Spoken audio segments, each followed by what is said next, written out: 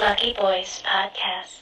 Welcome to Lucky Boys Podcast. I'm Will. I'm Norm. And we have special guests, the End Gigolos, Josh and Kevin. Yo, by the way, I don't know if Josh told you, but upon entering this building, you automatically have coronavirus now. Oh, yeah. okay, Whoa, great. really? Yeah.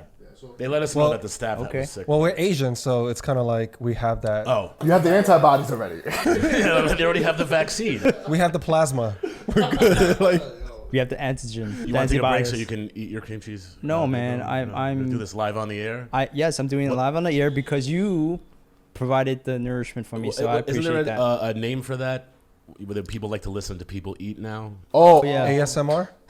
ASMR. No, I don't know how I know You mean that. watch people eat? Because there's a Yes. watching version of No, it. but they want to hear the sound. They want to hear this. Yeah, That's so go ahead. ASMR. Why is that set? What does ASMR stand for anyway? I don't know. Audios. I'm super sick gay. Mostly, really. Yeah. Yeah, I don't know how people get their jollies from listening to. But the version you're talking about when you're watching a person eat is called mukbang. Wait, what? It's like a Korean phenomenon, you know. People Right. watch people eat like slurp noodles and shit. So this is something you're into. Yeah. I I do dabble in watching some women stuff Eat. their hot ass women Really? stuff their faces with like noodles. Yeah, Really? sometimes. Yeah. Wow. And you into Wow. it? Yeah, it's a Twitch thing. You guys don't know? You learning something new about your friend today? yeah, He's depraved. Autonomous sensory meridian response, ASMR, is a calming, pleasurable feeling often accompanied by a tingling sensation. What the fuck? Yo. You get tingling in places? No, where- it takes a lot more things to get me to tingle, man. This tingle is said to originate in a person's head and spread to the spine and sometimes the limbs in response to stimulation. Oh, you know, every time I say something rude to someone, I have that same sensation. Stop playing, really? I swear to, I swear to everything I love. that tingling sensation. Which limb? Huh? No, the tingly spine sensation. When I say something mean and I know it hurts someone's feeling, I feel that, but I don't like it. Oh. You don't like it? You just said you liked it. I didn't say that. I didn't say that. I said I had the same feeling, but I interpreted it as, oh shit, I just did something bad. But now that I know what how they feel, I'm gonna. I like this. That's crazy. Like a spider sense. Almost like, yeah. It's a So, devil sense. being a devil. Congratulating you for being awful. Being a mean person. Well, me and Lucifer have a long history together, so. Tell us about it. Well, I used to fuck his wife. Wow. But he I was didn't know into it, though. He's married? I didn't even know that. Yeah. Who's he married to? I don't know. It's a Kardashian, right? All right, and for those of you guys that know a little background about End Gigolos, that's their podcast. Josh and Kevin are both comedians here in the New York City circuit. And around states, I've been to a couple states out here. Oh, Yeah, we went to Jersey once. What's that like? Do you find it more difficult to do stand up in New York Yes. than other areas? Yes. Yes, actually. Yeah. More demanding the audience in New York. So they have a very low attention span, or just low? Are they more Higher like expectations. like the Apollo? Like they're ready to So boo you chuck off? tomatoes at you. You know how New Yorkers are. Like, they expect fucking everything. They expect the best, you know? You go to, like, New Jersey, and the audience is just, like, easy to laugh. Really? You know? Oh, yeah. Yeah. Maybe just for me. That's New York's cousin and neighbor. Like I would figure, like Jersey people have somewhat similar expectations. We find, I mean, at least I find, I think Kevin does too, like a blue-collar audience. Like a New York City audience, I mean, pre-COVID, you know, was business people, you know, upper middle income, you know, a little bit more sophisticated. Right. They're more fucking stiff-assed. Am I allowed to curse? I'm sorry. Yeah. They're more Absolutely. stiff, Yeah. you know? So, like... I think you asked that the last time you were here on this did I? podcast. Yeah. I have a very short memory. So considerate. Thank you. But, no, but, like, you know, like, we go to, like, Jersey or you go to another state, you get, like, you know, a more blue-collar crowd. You know, they're easier to laugh. How do you guys test your material out? Well, Mics. open mics. That's honestly Because like, do you go to a safe place to test it out, or do you go someplace like you're ready to bomb? They're ready to throw tomatoes at you. Yeah. we're ready. I mean, there's no tomatoes being thrown, but there's definitely like comedians don't want to hear other comedians. Figuratively. Yeah, comedians don't want to hear other comics, right? For the most part, they're like, we've been there, we've done that, we know where you're going, right? And most of the time, if a joke really works at an open mic, you might have to throw it away. Because it might be just a comics joke. Oh, I see. Right? Like, that's funny for a comedian. You go on Inside stage joke. and people are looking at you like you're a fucking psychopath. Like, this guy's a murderer. Because you have to worry about the PC culture. I don't worry about that no more. We don't care. You guys had don't. to worry about Had the PC to. culture. Yeah, that's- PC culture's dead now. COVID virus killed the PC culture. So 100%. So anything goes now? You don't see it online? You don't see your friends making crazy jokes Yeah. and sharing crazy memes these days? Yeah, people are saying shit that they wouldn't say 6 months ago. And I called it a few months ago. I said to Kevin, I was like, you know what? Because it was getting really super PC, especially New York City. And I was like, you know what's going to change everything? When World War III breaks out and people start going to have to fight and people are dying, it's all going to change. So when true feelings come out, when all the racism Well, the comes thing out, is- when all the Politically correctness Phobias come is a out. luxury. Well, it's a luxury to complain about being offended. You know, like, you have nothing else to do but complain because you don't like the way someone said something or it was offensive to you. That's a luxury. That's when you eat 3 square meals a day, Right. and you don't have to Yeah. worry And you're not about where your locked. next And meal you is know what? coming And for the from. record, just because someone's offended doesn't mean that the person who is offended is right. Absolutely. Bam, You know Will. what I mean? You know, we talk about it a lot. Like, people want to play the victim, and they feel like severely impacted by something you said. Well, what do you stand behind? What did you do? What besides feeling offended? What else? What do you have skin in the game? Like, what do Right. you have? What have you done? No. Do you You know, have skin like they in go the game? so It's hard on interesting. being offended, and that's it. And they think right away they get some sense of like heroic feeling. Yeah. The thing is, listen, unless, the things that the people are saying are threatening to a person or to a people, if you don't like it, walk away. To be offended, you have to hear something, stay there, Take the time to and actually. then say, I don't like this. But Right. you're staying there. Just Or if move you're on on. social media, you're choosing to click on that person's material and watch it, and stay. Or if you're watching a show on TV, you're choosing to stay on that channel. I think the same way people get the tickle from listening to Norm eat his bagel, Mm-hmm. I think similarly, people get a tickle from getting offended. I think they like that feeling of someone has I mean, offended that's me. what Kevin said. He said that like when he offends somebody, he gets this tingle in his spine. And he Right? said it's a bad. It's a But bad I feel thing. like, what's crazy? Never felt that on stage. Not once, ever, did I ever feel that on stage. Maybe you were hyped up in adrenaline. Like you don't feel that. Maybe you're right. He has done some really offensive things on stage. Yeah. He's offended. I wasn't offended when I went to your show. I don't think you were at Some the one, people were. I felt like the energy though. I felt other people were offended. Were you there at our last live show before the quarantine? No, he was no, the no, one no. right before Right that. before that. Yeah. But that was the one. Yeah. What was the joke? Kevin does a bit about. Can I talk about this? Yeah. He does It's better if you say it. I'm not taking claim for it. This No, is no, your no. bullshit. It's better if you like. Okay. Yeah. I heard. He does a joke. It's a story. It's a story. This is a story about your brother, right? Is it that one? No. It was the trans. Yeah. I went. Go ahead. I went on a date, a hinge date, and this girl was. Oh yeah. She shaved her head bald. He went on a date with a girl with a very deep voice. Oh shit! And at one point during the date, he was like, "I gotta ask you, are you? Trans. Yeah, are you a trans?" So, and I forgot how the joke goes because she had a really deep voice, and Well, Like Josh's. like mine. Yeah, it was like this. it was me. It was actually. What happened was she had a bald head. Yeah, right? she's bald. That's what it was. And when I gave her, she looked cute though. So This when is I a gave true story. True story. True story. Okay. I gave her a hug, right? I mean, she looks like her pictures, and I don't mind that she's bald. And then she goes, "Hi, how are you doing?" And I was like, "Oh no, I'm in this situation now." Yeah. Right? So we sit That's down the at the first thought bar. that comes to your mind. I sit down at the bar. I feel like everyone's staring at us, by the way, and I'm like, "Oh fuck! All right, I gotta ask because, Of course. I'm not into this." You gotta talk about the elephant in the room. So I was like, I gotta ask you a question, like within 10 seconds of us sitting down. And she was like, okay. And I was like, first let's get drinks. Right? So we ordered drinks. Good move. And then I'm like, you know what? Forget my question.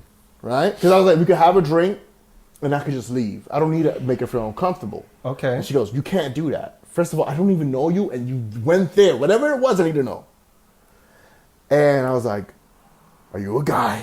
like, no, I didn't do it like that. I was like, are you trans? Can you imagine the first date? Like straight up, no Because prepping. the answer is no. You didn't prep it. You didn't say like, I noticed your, the voice is. I didn't say the voice. You can't say See, that, that's how bro. Norm would do it. He'd be like, you're bold and your voice is kind of low. I mean, I don't know. I would have just brought it to like, I had a horror experience prior. Or I wouldn't say horror, but actually. So Will makes lies up, and Norm goes the polite route. Hey, I would lie to shit. If somebody told me they had a shitty haircut and I didn't want to make them feel bad, I'd be like, Right. it looks great. Why are you looking at my hair when you say that? So what I did was, so we ordered a drink, and I asked her this question. She takes a sip of her drink, and she goes, no, I'm not trans. And she was just hoarse. No! She was just hoarse the whole time. And I felt so terrible. But she was really funny. So she was a really good. She was a girl. She was a girl. But you made her self-conscious. But No. instead of getting angry, She rolled with it. She rolled with it. She pulled it up a few octaves. Wow. Well, she took a sip of her drink, and the hoarseness went away. Right. Oh, so she was sick. No, I don't know what it was. Maybe she had like something caught in her throat. I don't know. But like she took a sip of her. All I had to do was wait 7 minutes. By the way, That's how long it took for the hormone pills to By the way, this isn't even the greatest joke. The funny part is that he tells this joke story on stage, and sitting at the bar was an obvious transvestite woman. Right. And she got very offended. she got really mad, She walked out. and everyone like saw her walk out with her like penis on her shoulder, and just she just bounced. Wow. Well, I didn't think Kevin had seen her sitting at the bar. I saw her when she walked in, and then I saw Kevin going into the joke, and I was like, oh. Kevin doesn't. You know why? Why did you think that? What? Why? Because most comics will see that and be like, I'm not gonna do that joke. Right. Not this gay. I didn't think you saw her. I definitely saw. I know who she is. Right. Also, right before that, I yelled at her Why? because she invited a friend. You've been to the show, right? Yeah.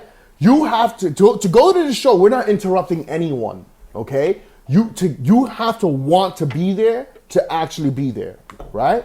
So there's a place upstairs for a restaurant and music. And downstairs in the basement is a comedy club we built, right? She knows of us. She comes downstairs, right? And she invites two friends and has a full-fledged conversation at the bar at the comedy club. Yeah, while While I'm on stage. Oh, that's rude. So I'm like, and then I just started doing this thing where I'm speaking to the crowd. I was like, can you believe someone's this fucking rude? They'll invite their friends to a comedy club they don't need to be in and start talking. Well, maybe she did that to get back at you. This is before. before he said This is before. he did it to get back at her. I basically like now I'm really gonna do this joke. Yeah. And yeah, I didn't feel no tingly thing in my spine. I was like, this actually feels good. And all the comics took out their cameras. It was like, yo, we gotta fucking film this. I feel like if you go to a comedy club, you expect like some kind of, it's gonna get raunchy. Like, Something's gonna be wrong. I go into a comedy club expecting Asian jokes. Like I don't care. Yeah, Like I me don't too. I wouldn't get offended It because has I happened know. to me where the comics straight up, what's your name? I was like, oh, here we go. Here's an Asian joke. Yeah. It's coming down the middle. I see it. So I play along, man. I'm like, you know what? Let's go. I'm here. I'm here to have a good time. Right. Depends though. If it's not funny, I'm clapping back. Yeah. yeah. Like, If now it's- you're gonna have someone in the audience that get at you. I'm gonna give them an opportunity to. I'm not gonna be a heckler, but I'm gonna say something. Have you ever heckled comedy? No, because it was actually funny. The Asian jokes that they did. Right. Like I didn't get salty about. I'm at a comedy club. I'm born and raised in New York. Right. 80s LES. We went to school in New York City. Yeah, We so- heard more funnier and- shit there. Yeah, and you like there's hardly any Asian joke I haven't heard of yet. Right. And the comedian, the way he spun it, I was like, okay, that's a different take on it. It's similar to like a lot of the stuff. Right. It wasn't original, but he made it like he remixed it. he made it real. He made it real for himself. Yeah. He remixed it. So I was like, I could appreciate that. I was more looking at how he put the joke together and going, all right, that's cool. I see that. I Was like, he that's Asian? And no, he was white. He was white, okay. But it was like right on the spot though. So I was like, you know what? I like the freestyle move. It was cool. And then after that, he just said, yo, you cool and this and that. I was like, yeah, that's cool. I didn't feel like it was coming up from a a pointy hat. Right. You know, if I felt Right. if I felt that energy, Not that's a different conversation. It came from fun. It and came love. straight up from fun, out of my expense. Yeah. Yeah. But you're there. You're like, I don't know, man. People. You know what? It was great because I was there with a date, and she was like, "Man, You can handle it. you can handle Yeah. it." That was. She goes, "I thought that." At the end of the day, she was like, "I thought that was one of the most sexiest things." Yeah, man. That you didn't get all defensive and trying to wave the Right. red flag. And, It also shows your ego is not beyond. Nah, I could take a joke. Yeah, you could like, take a joke. These guys used to rag on me. We used to rag on him. Like we all go at each other. You know what though? It also helps if you're a 6'3", good-looking Asian guy. You know what I mean? Like you're like, what's the worst you can do to me? I'm gonna get pussy at the end of the night, no matter 6'3" Asian what. guys have feelings too, bro. Trust me, some people have said things, use their words, and I was like, I heard what you're talking about, man. Words do hurt. When Chappelle does Prince, when he gets offended by Prince gets offended. Oh, He yeah, did get offended. He Yeah. gets- he gets offended by Eddie Murphy's brother. He's like, and then he whips their ass in basketball. Yeah. I heard he's actually really good. Well, I don't think he's that good anymore, Kevin. In basketball? In ball? Who? Prince. Prince? He was good? Yeah, I heard that was a supposedly. real thing. Yeah. Like he would serve pancakes. Yeah. You want some pancakes? That was a real thing. I want to be that rich. Like he would be at a party. Yeah. And like they'll throw a party in his crib, and he'll be serving like just randomly just pancakes. I want to do that shit. But that's the route to go, right? Like you rather serve pancakes and have a monkey called Bubbles and invite kids, right? You rather be the weird guy that serves pancakes in the middle of the day than have a Ferris wheel. Kevin, I love pancakes. Will has a monkey. You have a monkey? Those are small ones. When I was a kid, by the way, I don't know about you guys, but it was like in almost every movie, someone had like a pet monkey. And I was like, I cannot wait to be an adult. I'm getting a pet It's monkey. tiny monkey, right? The Abu. No, they had, like, Aladdin. So you wanted to own a monkey? I wanted to own a monkey until that lady face got ripped off. Until the orangutan ripped her hands off and her Yeah. face, and then they were like, "Oh, let's save her life and put her back together." And you were like, "Thank you for saving my life." Would you rather die? I'm not own. Dude, That's tough. Nah, I'd rather live. If I could live. She did an interview with, I think, Oprah after that orangutan ripped her to pieces, and she had a fucking like a bee suit. She had like a bee What? mask, yeah, because like they didn't want to show her. And then they gave her a face transplant. She ended up dying a couple years ago. She got Oh, really? scarred. There should be a fucking. Wait, did she die from? She died from Natural? complications Oh, in the end. oh, shit. But like there should listen. I know like people they always say like, oh, even when people get really terrible accidents, they still have a will to live. There should be a fucking law. If a fucking orangutan rips your face off and your hands off, that the cop gets there and he puts a fucking bullet in your head. Like, do you really you like? out of your Why misery? would you want to fucking like? Either like. I don't want to get dark on your podcast, but like I saw a thing where somebody failed at killing themselves, and it was a girl and she was beautiful. This is the worst thing in the world. This is gonna be a big hit. Go ahead. Yeah, Go dark. Go ahead. She put the gun under her chin. Wait, first of all, why? She had depression, whatever. But she was like 22, beautiful white girl, like beautiful, like an 8 or 9. She had so much to live for, Kevin. So she puts the gun under her chin, shoots, ends up just blowing her fucking face off, and lives.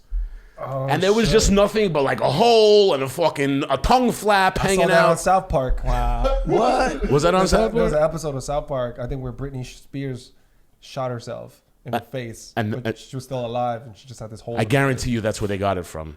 I guarantee you that's where they got South it Park from. is wild for that. yo. Wait. So this girl shot herself. She shot herself. Oh, and the reason she lived. And she lived, and the reason she became in the news and everything is because, and she's still alive. They gave her a face transplant also. So Did she ever have an interview? Like, did she regret trying to kill I herself? saw an Was it interview with just a her. moment of Yeah. weakness? It was a moment of weakness.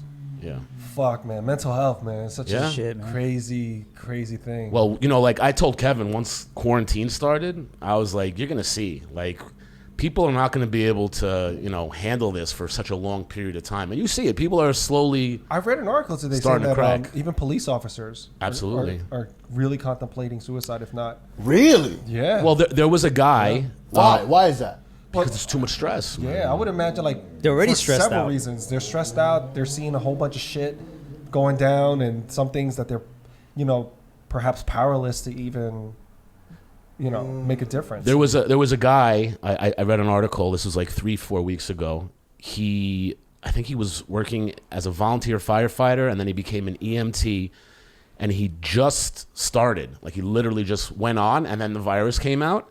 He was on it. He was working for maybe a few months into it, and when COVID hit, he killed himself. In Astoria, yeah. He went off by the rocks, by the water in Astoria Park over there, and he shot himself with his father's gun. That's You right. remember that? I read that. Yeah. I read that. His dad's like a DT. He took his dad's gun. I didn't go into the article. I saw the headline. Yeah. I read the headline. Yeah. So this is, Holy it's.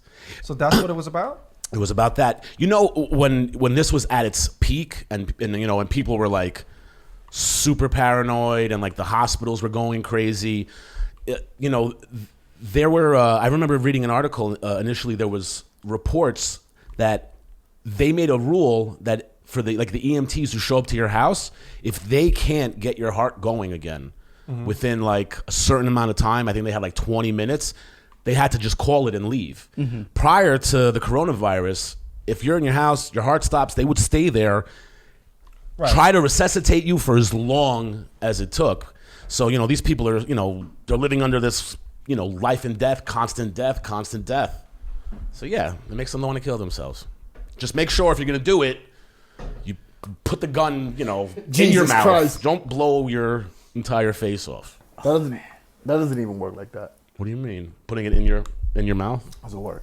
Sometimes you could shoot your cheek off. It's true. That's probably the worst way to go, right? Shooting yourself. The ideal way to, like, I don't want to say. Like, Okay, let's hear it. What's your idea? I mean, if you were going to commit suicide, you don't want to be half-assed, right? So you want to do something that make sure guaranteed death, right? So I think it was like jumping off a bridge. I think that's guaranteed death, or jumping off a building. What if That's it's not guaranteed death. instant? What if you're just there, like, and it's a slow death? You're just bleeding out. Well, if you jump from high enough, it's instant. Yeah. Like those people who jumped Oh, out of yeah, the like World Empire Trade State Center. Building, Yeah, like Yeah. their bodies exploded when they Because hit shooting yourself, it's not a guarantee. It's not a It's guarantee, man. You see, there's Yeah, fucking but don't you think that you'll feel pain when you splat? dude. It's all awful. Yeah. You know? Listen, you want to kill yourself, you go buy yourself $100 worth of heroin and you shoot that shit into your arm. Go into your party, heart. Bro, man. I got a better. This is the best way to kill yourself, right? I know what This is an awful podcast. No. Sorry. This is You the. didn't even hear me yet. Give me a chance. Give me a chance. You started this. Yeah, whole you started this, darkness buddy. realm. It's my fault. But Hello, check this darkness, out. So my old we're just friend. leaning into your topic. Lucky All right, boys. But check this out. Best way to kill yourself. And then we Don't all do laugh. this at home. No, absolutely do this. If this is the route versus shooting yourself in the face, Right. or jumping off a building, Right. what I would say is, whatever you are now, drop everything, go somewhere else, start over. You kill who you are now, start a new life. Start small. I agree. Go on a road trip. Get a Agree. just Right. You hate this minimize. life. Yeah, minimize. Kill who you are Start now. over. Minimize everything. Get out all the stress, all the people in your life. You could cut it all off because you'll be. If you're dead, you're gonna cut them all off Right. anyway, right? It's the same thing. Same thing. So start a new life. Cut everything. Kill who you are now. Get a car, jump in it, put a mattress in the back of it, whatever you got to do. And just live a simple ass life. Take it a day at a time, Right. and create this new identity. Move somewhere else because obviously this environment ain't cutting it. Right. Go somewhere else, go on a road trip, and then keep moving until you find what you're looking for. Well, I like this idea. I gotta go. All right. I gotta go on a road trip right now. But hey, I think, like, if I thought about it, I said to myself, if I were, everybody thinks If I were to abandon my family. before I was a family man. Right. Oh, that's true. I thought about that too. Yeah, like when I was a teenager, I actually thought about suicide. Yeah, me too. You know, yeah, I'm not gonna lie. Like I did really think about suicide as a teenager, and as I got older, I was like, you know what, man, if I were to go out, I ain't gonna go out like that. If I can control it, and I'm just gonna cut everything out. I'm gonna get in my car and I'm gonna just drive where the fuck I want. Put a mattress in the back, Right. or sleep in the back of the car. Figure something out. Maybe get a dog to chill with me, and that's it. Every time I also, like, you hear about someone killing themselves, you're like, why don't you do something fun before you did that? Like, why don't you just try to go rob a bank or something? Yeah, it's easier said than done, man. When you're in a moment of weakness, you're in that depression state, and that voice is hitting you hard, and you're just real low state of mind, it's a lot of pain, and you just want to release it somehow. So you're saying suicidal people are weak? No. Oh, okay. What I'm saying is it's really difficult when you're pressed down for that long, and to see any hope, any light. You're just in such a low, dark area. I mean, you have to be in order to kill yourself. That's probably a chemical imbalance in the head. Like to be pushed to the point where you want to end your life. It's got to be something. Mental health, but it could be something. I think it could be that, but it's also something impacted. I say with your environment. I would say there's a strong contribution of who's around you, your support group, your friends, your family, how you deal with stress, right, and perhaps even your diet, if you're sleeping, because all of those things combined, and believe it or not, it could really make a significant impact. Right. And look, if you stay up for 24 hours, and we've done that before. Oh my God. It's not good. Yeah, your whole world goes out the window. Your whole identity of who you think you are when you're rested versus the portion of you, and any parents would be able to tell you this, right? Versus when you're not rested, you're a completely different person. You're like a shell of yourself. So I think someone in that state of mind who's not sleeping, who's not really eating, they don't have the proper guidance and support system around them. Right. Yeah, it's going to release the wrong chemicals, man. Is this a bad time to tell Will I've been up for 3 days? Is that why you took the caffeine pills? Huh? No, I really only got like half an hour of sleep last night. Oh. Yeah. Why? Not 3 days straight. Quarantine is weird. It's weird, man. I've been there's multiple times in the last 2 months I've been up for like a day and a half, and then like slept for 10 hours, and then like be up for another day and a half. Yo, wow. Is this something completely out of like I live we're comics, and like I have a business prior you guys to living like teenagers. Well, exactly, and like I'm living the way I lived when I was like 20 years old again. It's awful. It's not healthy. It feels like shit. I don't feel great, but it's like this is what quarantine has done to us, Well, I can't go to sleep until like 7 in the morning. Yeah. Right? Every day. At least. But I at least get 4 hours of sleep. So you guys are just staying up only because you don't have some sort of guideline for yourself, like a schedule. Well, because of the quarantine, everything's kind of just freestyle, loosey-goosey. Well, for me, there's no rules right now. There's legit no fucking rules. Like, I can, whatever I want to accomplish, I can do at any point of the day. But so pre-COVID, were you like no the sleeping schedule? No, not this bad. No. I've never been like this. What the fuck do you do then? We play video games. Okay. Well, we write comedy. We're writing a lot. Yeah, we write a lot of comedy. Where do you get your inspiration? Like, what's the best time during the day? Like that shit. It just comes all day long. Yeah. I write jokes all day. It's like when you feel it. You feel it. You gotta go. Oh, I gotta get this shit. Like you're in the bathroom. Shit. I've done it on dates. Like, yo, shut up. I don't want to talk to you like that. It's like, hold up. Hold on. Genius is coming. Come on. Yeah, so the thing. You're welcome. You're witnessing greatness. That's what I do. I did it to my kid 2 days ago. I was like, hold on, Daddy. You just inspired a joke. I had to write it down. But but that's the thing is like my kid is out of state right now because he's going through quarantine somewhere better than being in New York City. That, like him not being here, knowing that like, if I had my son here, I would be like, I can't stay up all night. What if he needs me? Like what if an emergency pops? Knowing that I can't be helpful, I'm like, you know what? It makes no fucking difference. I can be useless. Like. So do you think this is the new normal? No. This is a small period of time, but it's going to have a huge impact. Things are going to change tremendously.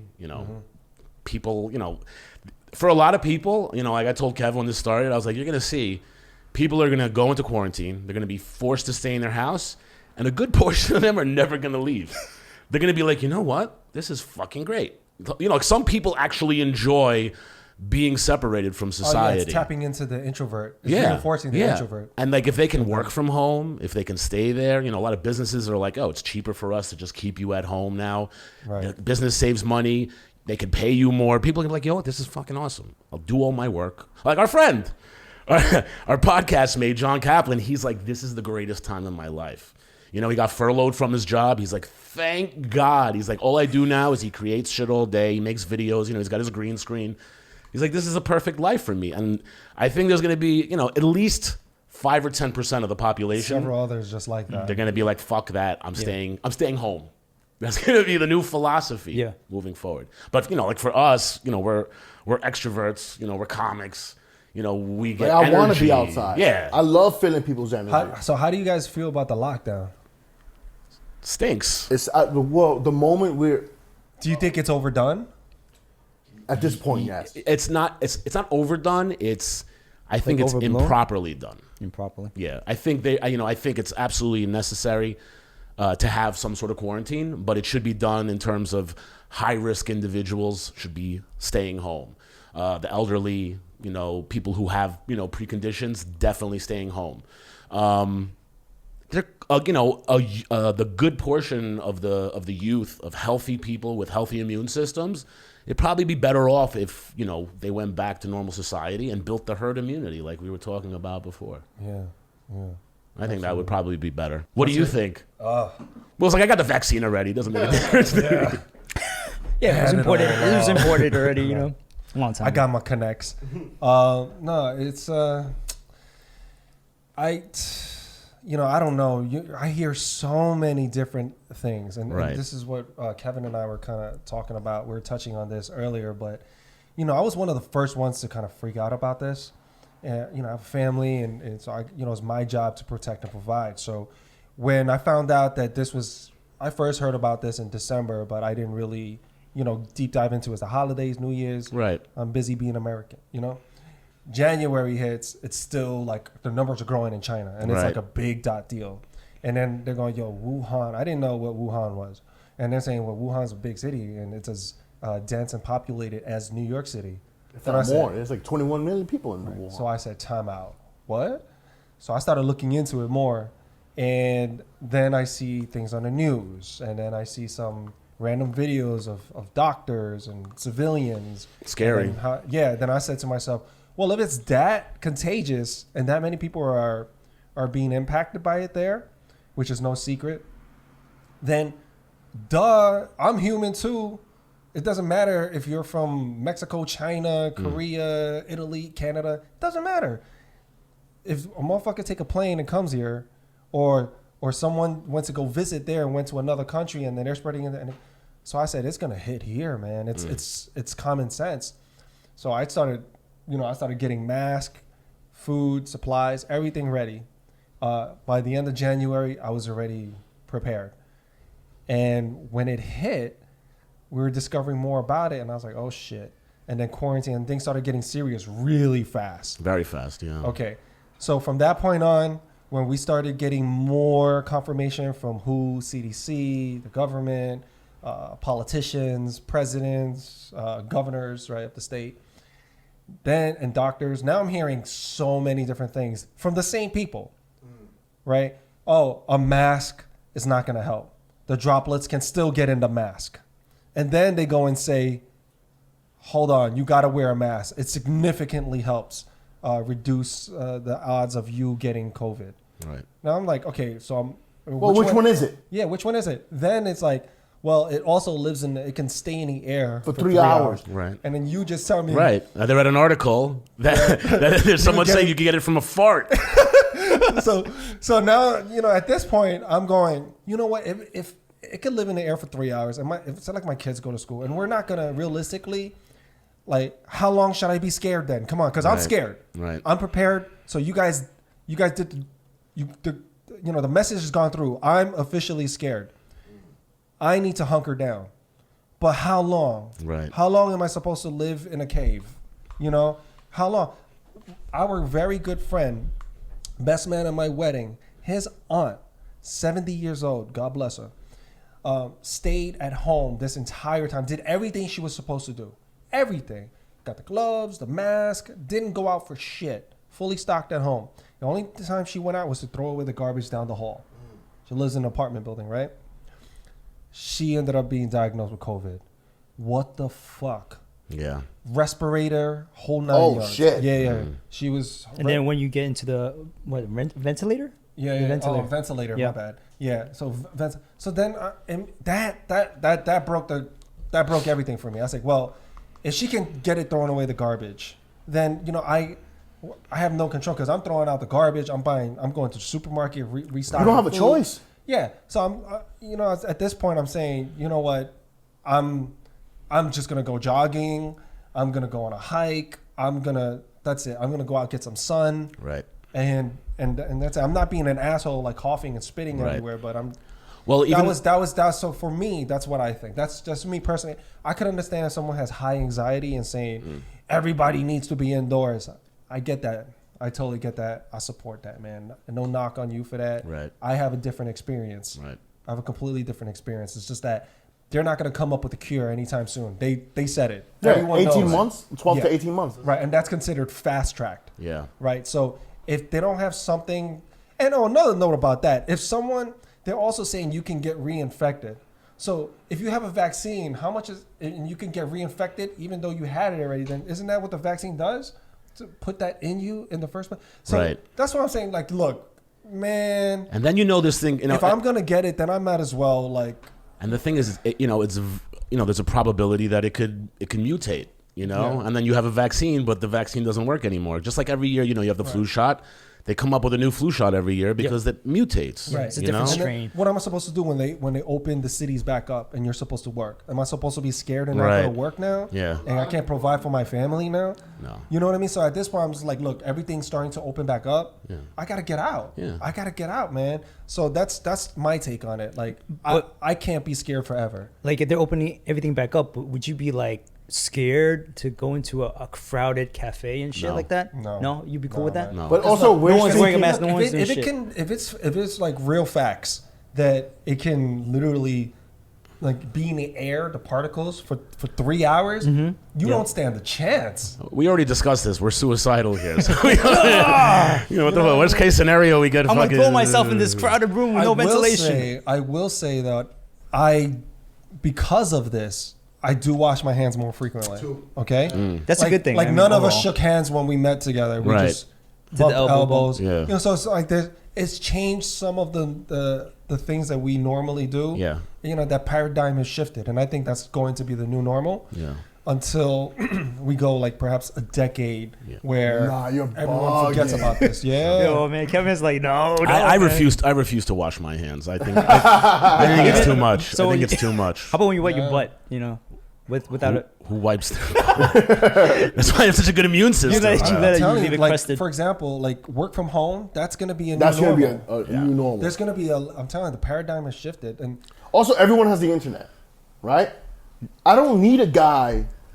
If I'm sending you an email anyway, right, I don't need to be 10 feet away from you. right. If you're a desk jockey, if you got a job where you have a cubicle and a desk, Yeah. and that's your primary function, then you can do that from home. Office life is basically set up so that you could be monitored like a fucking Right. slave, like a child, so someone can go around, just like the office scene that we shot. Yeah. You remember Yes. for the streets? Yes, we did. It's so some fucking prick can go around and be like, "You make sure you're doing Yeah. your work now." Yeah, middle management is becoming obsolete. It's a waste. In some forms, they're going, wait, how is my employee? And what they're finding is that their employees are at least 20% more productive When they're in a home. lot of these companies. Yeah. In certain areas, and they're going, wow, how can they be more productive and no one's breathing over their backs? Right. Because people are more productive when you're People are not breathing over their scared, back. Exactly. to present their ideas and stuff like that. So you have that environment that's nurturing now. Yeah. But also, if you get someone a deadline, hey, I need this done by 2 p.m., right? People are going to get shit done by 2 p.m. You don't need to be there at 12:30. Hey, is that done? The thing I told you, you don't need to do that. But they were talking about, I saw in an article yesterday, all the money that's saved, on your fucking dry cleaning you're spending on Gas. your commute, gas, fucking Saves Going so out much to eat for time. lunch. paying for the cubicle, paying for the electricity. Right. It's just worth The it. overhead is Yeah. is alleviating so many people's pockets, from companies to individuals. Yeah. So it's gonna dramatically change like commercial You know who's real gonna- estate. Yeah. So what's What's gonna happen to hurt? Manhattan? Manhattan, I think, is going to take a hit. It's gonna be huge. San Francisco is going to take a major hit, because if you look at San Francisco, I think is going to take a bigger hit, only because there's a lot of tech hubs there, where startups and if that's the new normal, where everyone's allowed to work remotely, no one's going to try to buy a place in San Francisco. The cost of living there is ridiculous. They're going to go down to Austin. They're going to go down to Miami, Hawaii, right? Anywhere where it's lower cost and perhaps like just a chill vibe, you know. And then they'll just do their job from there. I think San Francisco is going to get hit. I think we're going to see that. New York City, I don't know, because New York City, it's... People still love the vibe in New York. Yeah, I think New York City is going to take a hit. No, I think it's going to take a huge hit. I don't think it's going to plummet. I think it's going to take a hit. The reason, but I don't think it's going to plummet. It is going to plummet, in my opinion. Okay. You know, I do real estate. That's my survival job, and I do executive relocation. So I get executives from other parts of the world, other parts of America, who specifically come to New York. They give them a pay increase, you know, a cost of living, but their lifestyle is shit coming here because their money doesn't get them anywhere.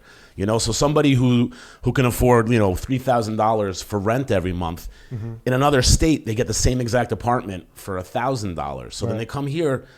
The reason they come here is because it's the allure of being in New York City. But now with like coronavirus and the possibility of getting sick because it's a big city and this was a hot spot. And we live on top of each other. And it's expensive.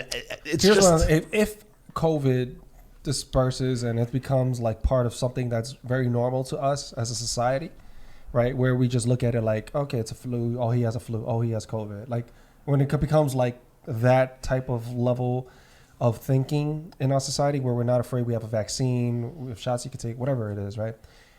I think New York will rise again. Like if, let's say it does go down a bit, and I don't think it'll go down that much, but I think it's New York City. It's the Mecca. It's Rome. You know, Rome has fallen. Like back in the Rome, yeah, but it's like I don't think it's a bit more established in the Rome that fell. And I don't think COVID is going to be unless we go through another wave, and it just doesn't stop, and we can't come up with a vaccine. Then people are going to want to get away from major cities. I told Kevin, I said my biggest fear is this: they're going to. You know, there's already fatigue, they said, quarantine fatigue. So people were already going out this week. I don't know if you saw, I'm always reading articles. You know, bars were allowed to serve to go, and people have been hanging out in front of bars, getting to go drinks and just chilling in front of the place. I said to Kev, I was like, what's going to happen is people are going to slowly get more and more frustrated, start going out more. They're going to ease restrictions. You know, was it Memorial Day's coming up? Memorial Day is going to come up. Thousands of people are going to go to the millions of people are going to go to the beaches. Doubt. And what's going to happen? I pray to God it doesn't. But let's say that weekend, everybody's barbecuing, going out. Come Monday, come Tuesday, they're like, oh man, there's a spike. Uh-oh. Tuesday, Wednesday, they're like, oh man, you know, we just jumped up by, you know, a tremendous amount. They're going to fucking pull that lever down and lock us all down. Right. You know, there's already talk that school's not going to open in I think that they already September. canceled. They canceled school for the rest of the year. No. Oh, no, he's talking about I'm talking about starting in September again. Yeah, there's fall semester. Yeah, I spoke to my ex yesterday. She said that there's rumors that they're not even going to open up in the fall. Wow. Well, they don't know that for sure.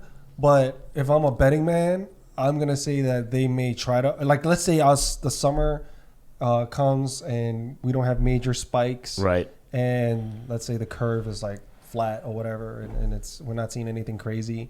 I think they're going to roll the dice. Yeah. I think they're going to roll the dice. And let's say they come up with, you know, that whole plasma thing where they, you know, plasma of the people that have been affected by it already. With antibodies, they have the antibodies. So they can inject the plasma in people that are more at risk.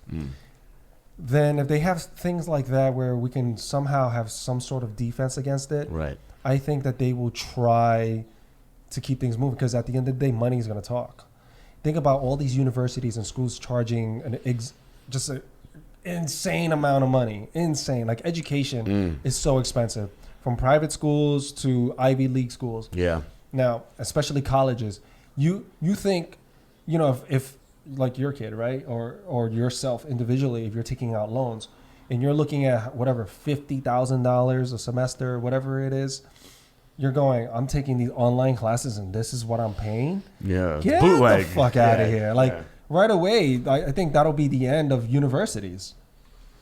Right away. I seriously think that they'll take a major, you want to talk about plummet. Well, I think less and less people are going to decide to go to university. You know, I mean, the truth of the matter is, but this will be an accelerant to that. Absolutely. Because then let's just say that does happen. And people are not going to want to pay that much for especially if they're losing jobs, right? Because it's a trickle effect, right?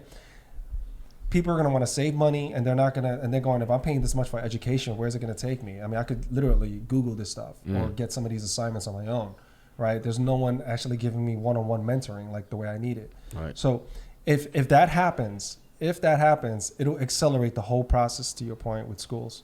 I mean, I think, people should do more vocation learning. Like, you want to do something, like, learn how to do it. Like, they have, like, the master class now. Like, you want to be a writer, learn how to write from someone who's an actual writer. Like, instead of studying English literature, with some, failed professor. A failed writer. Yeah, I mean, that's what a teacher essentially is. Sorry, Ari. Well, I mean, professors are. Teachers are usually just good people who I disagree. You just you got some people who go back and teach because, I mean, they're like famed screenwriters, like the master class, like you mentioned. These are people who are been in the industry. We're sharing experiences, and teaching from that. And that's the best way to learn. But to learn from somebody who just is teaching, it's like it's old style now. It doesn't seem contemporary. It is. I'll play devil's advocate to that though. The one experience that you won't get is just being with a group of people and meeting random people, just that college experience. That's that fun. That's not the education side, but just the random meeting of people in the same network class. with individuals you might work with in the future. That's true too. Right. That's the thing. True too. That's going to be building relationships and stuff. Building relationships, friendships. I mean, we're a perfect example. Like, without college, physical college, like, we wouldn't have met.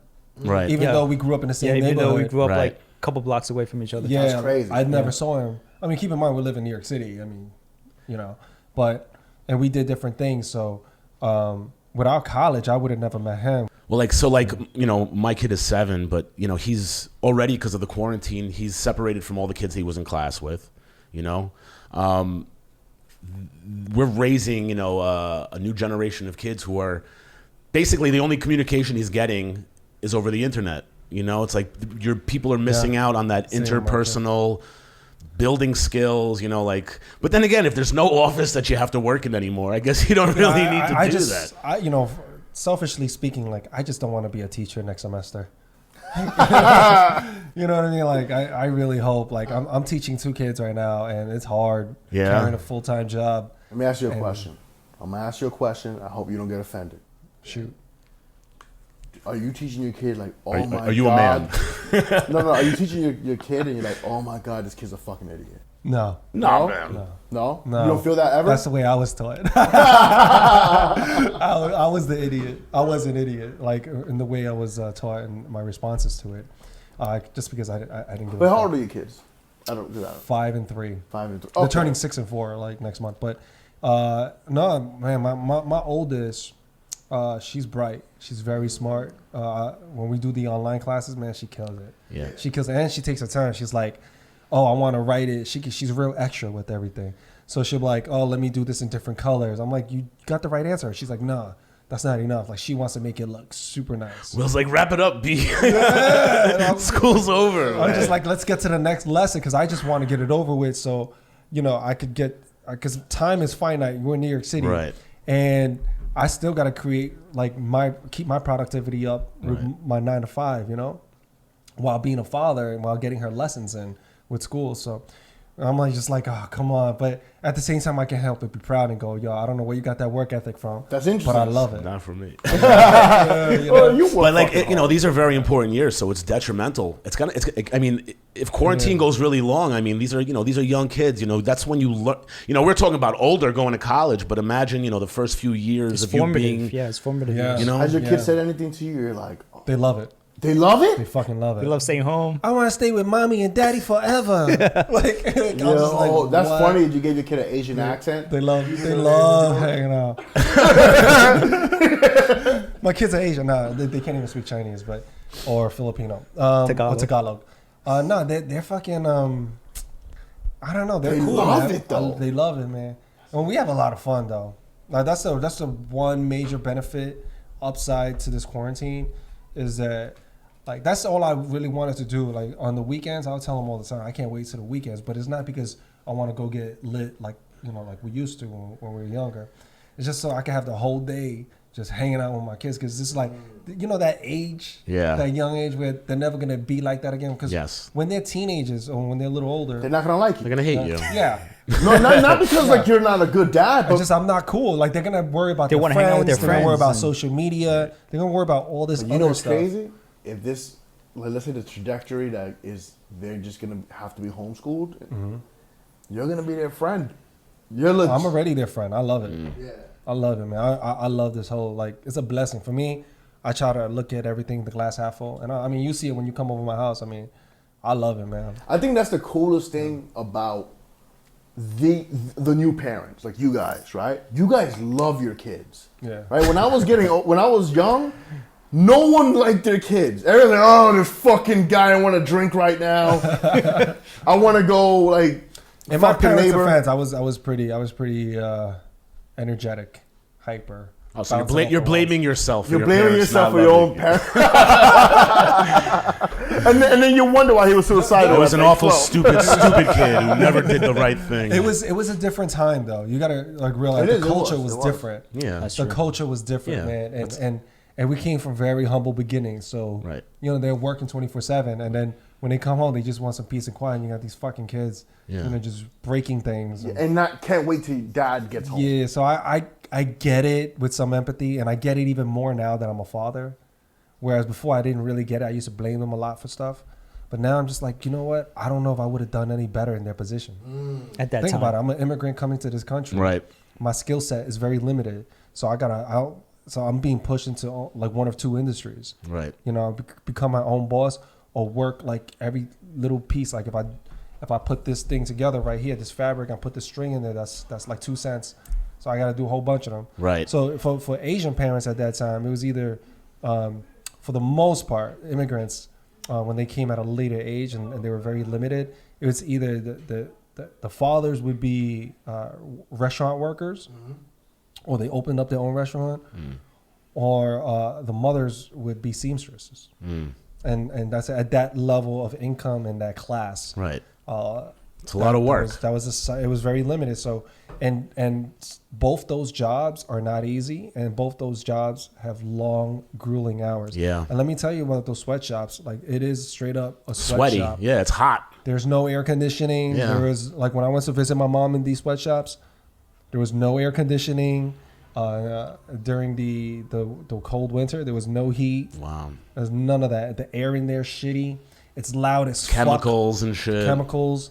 And it's loud as fuck in there. Like, you zzz, all those machines going and all the women there just screaming, having conversations there. So if you meet like a lot of these seamstresses, they naturally have a really loud voice. You could be right here and they're talking like past you. You're because like, they're used to speaking over it. They probably got deaf because of the machinery. Yeah. They get fucking loud. And then they got hard metal chairs. Yeah. My mom would come home with bruises on her side. Wow. Yeah, it caught up to her all those years. And when she finally retired, she was like so grateful, but her health is fucked up. It beat her up, man. The restaurant business. I mean, anyone that opened a restaurant business, that shit is fucked up. Wow. Yeah, if you're cleaning, cooking, doing all that shit. And here you are, Will, complaining about teaching your children. I was like, it's so hard. I had to paint today. That's what I had to do finger painting with my kids. Kill me. And that's why, like, I can't really blame because I'm mature enough to understand. I'm going, I can't blame my mom and dad for nothing. Yeah. It's on me. Yeah. It's on me. I had like my mom, used to work like 60 hours a week. My father was a wealthy guy, but he didn't participate in our lives like for a big part when I was younger. And it was a fucked up childhood, and like I resented it for a long time. But like in recent years, I guess maybe once I became a father, someone said something once, and I was like, it makes a lot of sense. They go, your parents did the best they could with what they had. Right. Like if they it wasn't that they didn't want to do better. It's just that's as good as they could do. That's what they were capable of doing. That's what they were emotionally capable of giving. Life's unfair, man. Yeah, it's really unfair. Yeah. That's what I kind of summed it up to. Like, life's unfair, man. Like, some people have all the tools and the skill sets in the world, and they may not make it. Whereas someone who really is not equipped with shit, right? But they just, they just have the right network, and they get put into all these positions of privilege. and that's it. And that's the way life is. It's not like, you know, oh, you do this, therefore this will happen. Right. That's not always the case. Right. That's There's too many variables. So many things can happen that can influence it. But people got to keep in mind, because life's unfair, it means that it could swing your way. Sometimes you might catch a break. That's right. So you got to look at it that way too. Because I can't tell you how many times I caught a break where I'm like, damn, I look at somebody and I'm like, I'm gonna stop looking at these other people getting. I gotta look at my life. Right. So I'm working and I'm hustling. I'm doing things my way, and then sometimes I catch that break, man. And I'm like, cool. Yeah. You know. Well, you always have to expect something good could happen at any moment. Just as something bad could also happen. But you gotta expect. I mean, listen, and I don't want to like get like super deep, but like, you know, you create your own reality, you know, and like that's why like people who are like really negative shit tends to happen. It's like you call it upon yourself. You track that. Yeah, image, no, you know? seriously. And I was living proof of that. I was super like negative as a teenager because that's all I was surrounded by. Right. My circle, my friends, and family. It was just we were just filled with so much negativity at that point, and that's all that I had around me, and that's really all that just kept reoccurring was just negative after negative. Once I left that environment and started a new life, new friends, new everything, the whole shit just started Shifted, changing. Yeah, like, and that's why they're saying like, what's that saying? Like, I forgot where this came from, but it's like stay away from. I think it's from The Art of War, or is it 48 Laws of Power? But stay away from people that have bad luck, because they'll give it to you. Yeah, and bad luck as in like someone that's always complaining, right? Negative, toxic. That's the way I took it. I was going to say that I can't fix this person, man. This person's fucked up. Again, I mean, my life is flawed, but you know, the key I think is, you know, being grateful for things. You know, like we live in a very easy world. Like even though we're like people are bitching that they're stuck in their house in quarantine. Right. For the most part, I mean, listen, some people are suffering. They don't have enough money for food and this and that. Thank God we live in a city where, like, if you really need to eat, the city will find some food for you. Right. But like, it's stuff like that. Like, if you don't have that problem, be grateful for the food you have in your fridge. Right. You know, be grateful that you have electricity in your house. You have the internet. There's a roof over your head. You're not sleeping on the street. And that's where it starts. That's so key. Because when I was just grateful that I wasn't in a position where I had to look over my shoulder every day anymore. Right. I was like, holy shit, I had the freedom where I could just walk and not constantly look left, right. Left, right. I was like, this is a weird feeling because I was out in the suburbs and I was just like, this is crazy. I'm just walking with total freedom. I don't have to look like someone's going to jump me, do something crazy, right? So I was like, first of all, I was like, oh man, this is nice, man. Give me some room to breathe. And then I was able to change my mindset. You know, I made friends that like people would look at, they'll go, that person's a nerd, or that person's not cool, that person's not tough. And it just kind of changed the whole narrative for me. Yeah, I was like, holy shit. And they were so positive. And then they're positive and their energy rubbed off on me. And then when I was able to really allow myself to blossom, then I had all this, like, I guess, good vibes, and I was able to give it back to them. And then from then on, we were just constantly like helping each other grow, feeding each other. So our circle of friends became this tight-knit group where we just continue elevating all of it. Like we watch all of us, our game evolve like crazy. But what we had in common is that we came from places that didn't nurture that vibe. Right. It kept you down. Right. You know, but when we found each other, we just kept on pushing each other up. And that's what I mean. Like you got to find the right group, the right people that'll value you. That first of all, you got to know your worth. But if you don't, then get away from the people that don't appreciate you. Right, that think you're worthless. Yeah, because then you'll never get anywhere. Or that think they're worthless. If they have a low self-opinion of themselves, they're probably not going to have a high opinion of you. Because why are you spending your time with them? Right, and at that point, it's like the blind leading the blind. You both feel like that. Yeah. They're not, that person has nothing to teach. Like, I'm keeping it real. Like, that person has nothing to teach you. That person's sitting around at home doing nothing all day. Right. But feeling sorry for themselves and complaining about everything. What are they teaching you? Right. What can they teach you? What value can they add to your life if they can't add any to their own? Right. What can they teach you? The only thing they can teach you is like, I don't want to be that guy. Yeah. Right?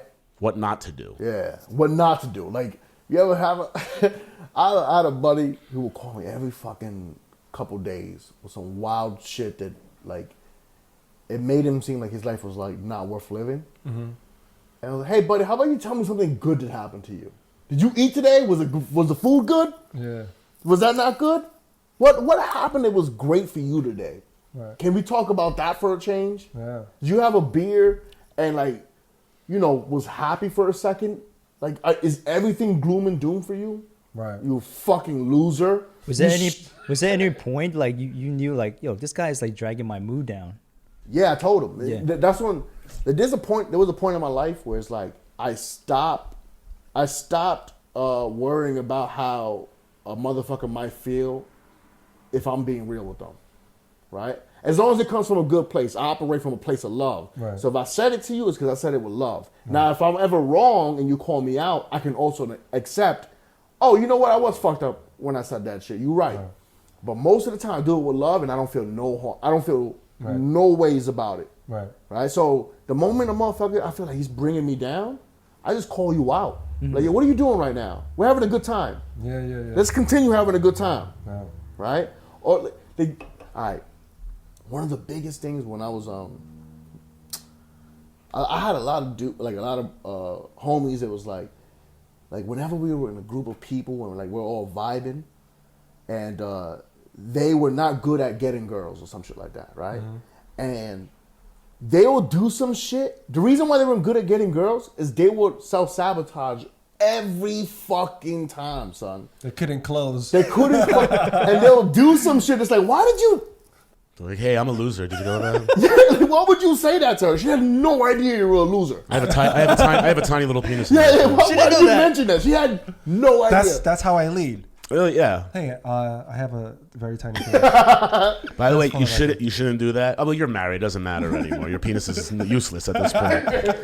But I remember my kid's mother, when we first started dating, there was like something we saw on TV, and it basically said, if a guy says to you, like off the bat, I have a tiny penis, 9 out of 10 times, he really does have a tiny penis. Because they said, like, guys with small dicks, they like to talk about.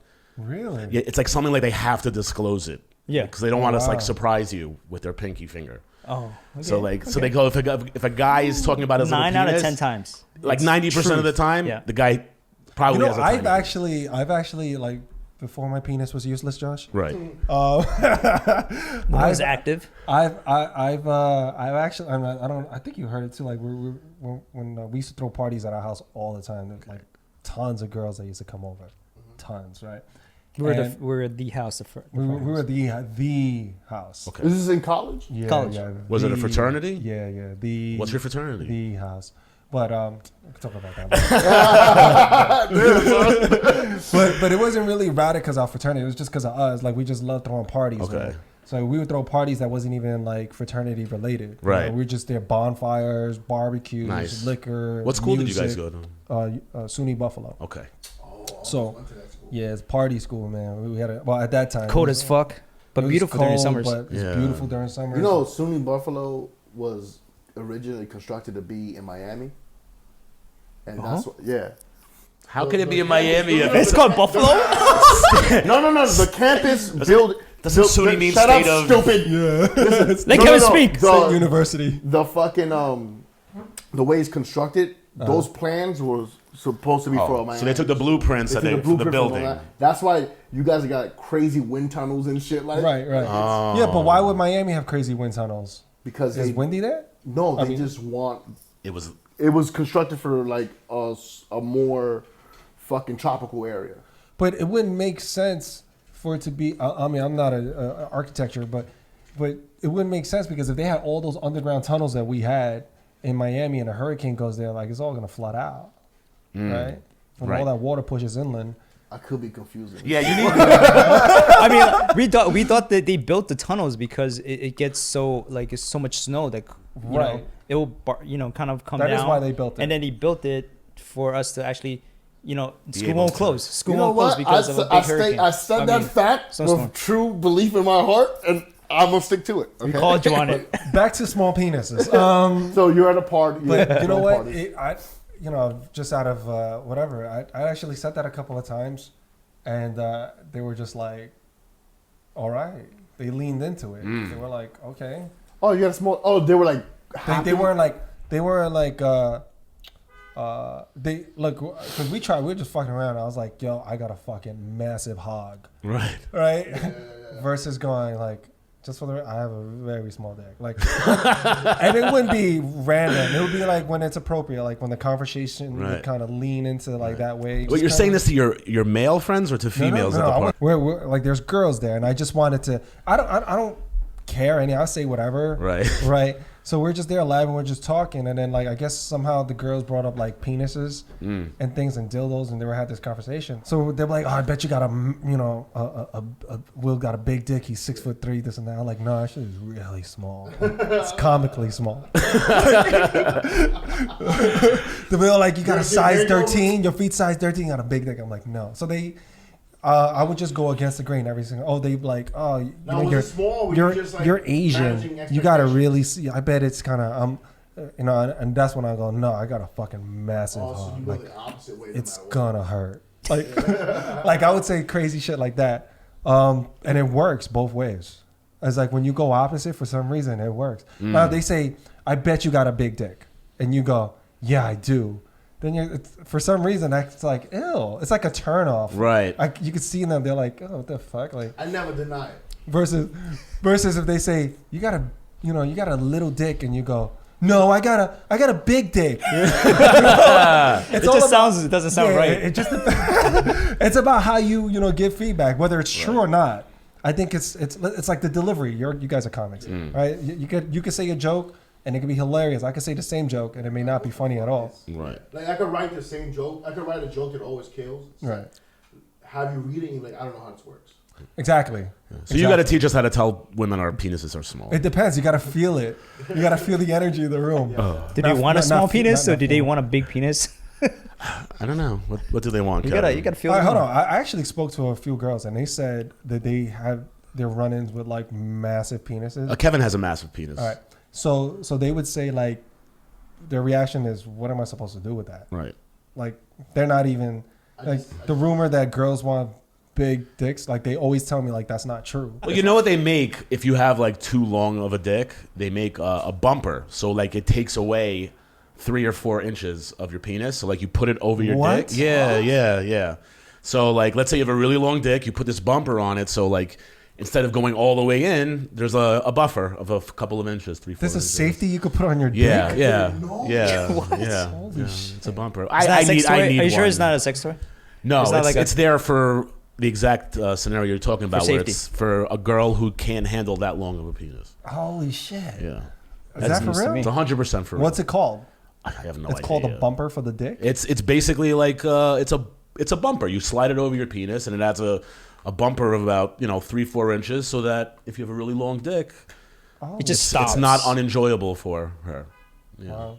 Okay. Jeez. So you learned something. That's the new sponsor for the Lucky Boys. All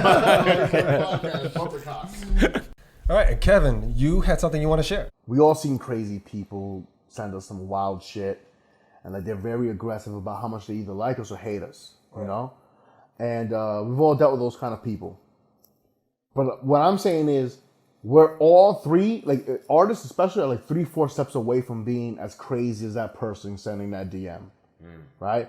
All artists is like, okay, I'm gonna channel my insanity and make it a movie, right? All the things that I want to tell someone, I'm gonna put it into an art project.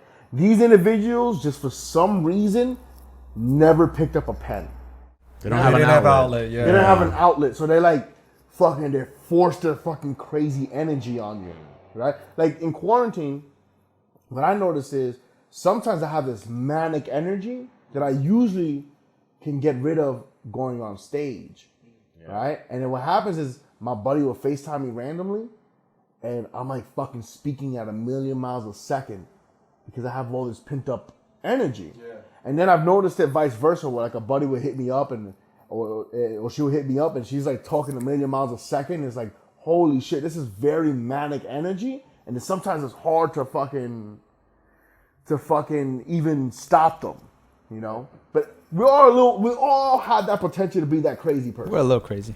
I think all artists are someone crazy because we have to be creative. Like we have to have that crazy energy to be creative. You know, to tell our story. It's just like, I think like being in front of people, like being as a comedian, being in front of stage and people to critique you, you have to be some sort of crazy.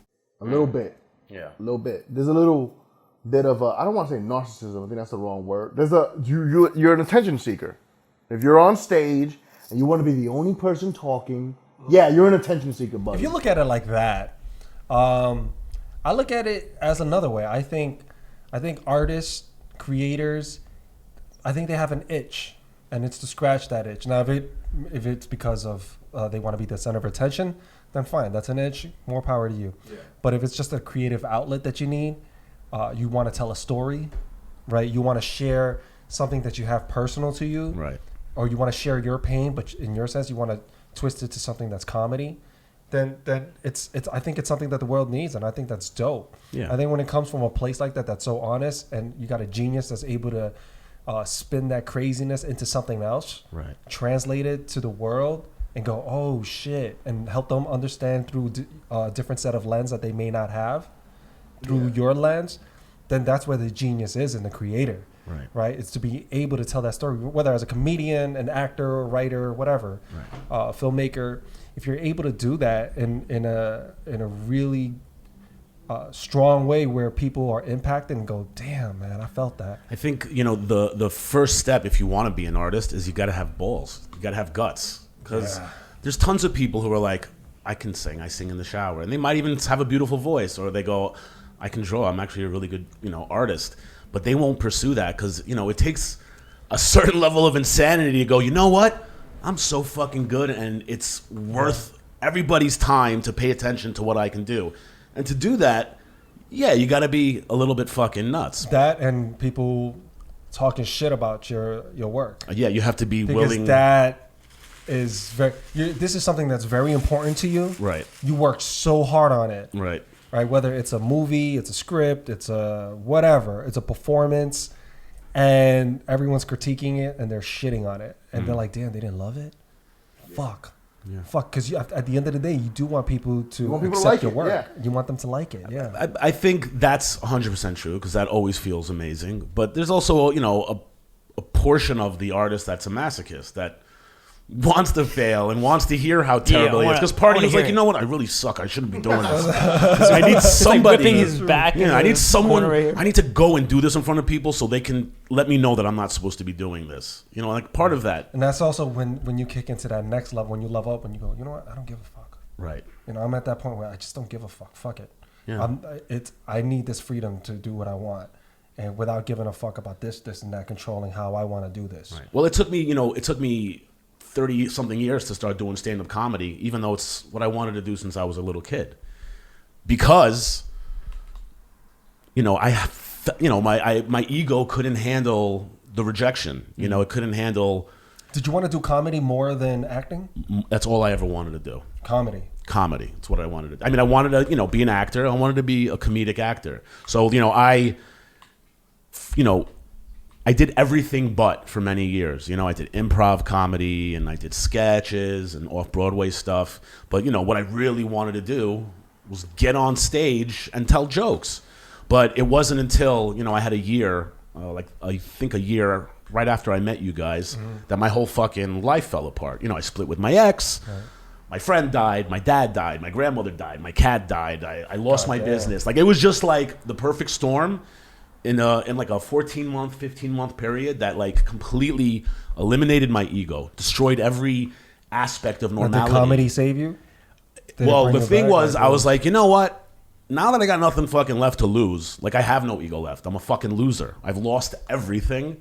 There's nothing left to lose. Then I can go pursue my shit now. And it's, and the biggest fear for somebody doing comedy is, rejection. It's bombing on stage. That's the first fear. And I wanted to ask you that. What was that first moment for you guys on stage? Because I think I can speak for the both of us when I've never did stand-up comedy. But if we were to stand up on stage, holy shit. You want to talk butterflies in the stomach? Yeah. I think, and I don't get nervous in front of a crowd, but if I knew that I had to make everyone laugh and like me, that might make me very nervous. I don't know. I've never been in that. But what was your first moment like? Well, I can tell you that when I first started doing stand-up, I just entered my third year doing stand-up a month or two ago. And when I very first started, I had like beginner's luck. You know, like I did a show, I was pretty much better than everybody else. You know, I'm a naturally funny guy, but it's a learning curve to be good. But I still had that fear, and I went out, hit a couple mics, and I think it was like my second or third open mic that I went to, and I got on stage. It was at a Laughing Buddha in the city, which is a hard fucking room because it was filled at the time with like comics who took themselves too seriously. Okay, and that's a good way to describe it, right? And I'm up there, and I did a joke that had killed the last 4 or 5 times I did, nothing. Just bombing. And honestly, in that room, I probably would bomb now because it's just not a room you're going to get a good reaction most of the time. And I remember I was like, in slow motion, I'm like, this was the fear that I was fearing. And I was like, this ain't shit. Really? Yeah. It's not that bad. I was like, these people are idiots. They don't know what funny is. I was like, and we're back. We had a little battery issue because it's different. We're not in studio. We're at Josh's crib. So we're Low End Gigolos studio. So we're in LEG Studios right now. And but while we were getting those batteries together, Norm, we were talking about working for people and how crazy some people can be, and how people can abuse their powers and needing a sense of purpose, but is actually doing the opposite on everybody else that works for that person. For example, when I was working at a clothing store, they would, or I would see other people as well. We would pretend we would unfold clothes on purpose to make it look like we're busy. And we weren't allowed to look like we were having fun. We weren't allowed to talk to each other. If we did and something was funny, we always had to go, what a business model is this? Because if they saw us laughing, and it's not like we were being rude, ignoring customers that came in. Right. We were just on the floor talking, and then when a customer comes, we put on game face, straight on. We're serving, we're doing our job, and but even if there's no one in the store, we would talk, and then we laughed. The manager called me up to her office and was like, "Will, I saw you smiling on the camera." Pretty much, and like we don't want you, we want you to, there's a lot of things to do. I was like, "What do you mean? I folded everything. If it's all good, there's no one in the store," and they were like, "Yeah, well, just try to, we need you to." Don't enjoy your job, please. If you understand what I'm saying. I'm like, what the fuck is this? Oh, I'm getting paid $7.25 an hour at that time. You said this was a high-end clothing store. Yeah, it was a high-end So how much clothing was like store. a shirt? Like a button-down shirt? And this was back in the day, right? This was 20 years ago.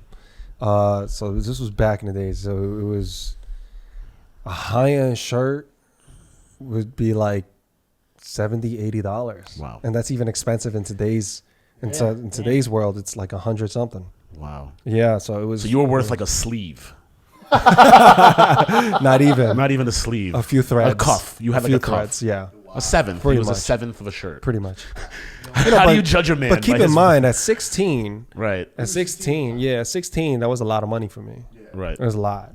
Yeah, no, I was making, when I was 15, I think, or 14 or 15, I was making minimum wage. Yeah. Selling electronics. Yeah.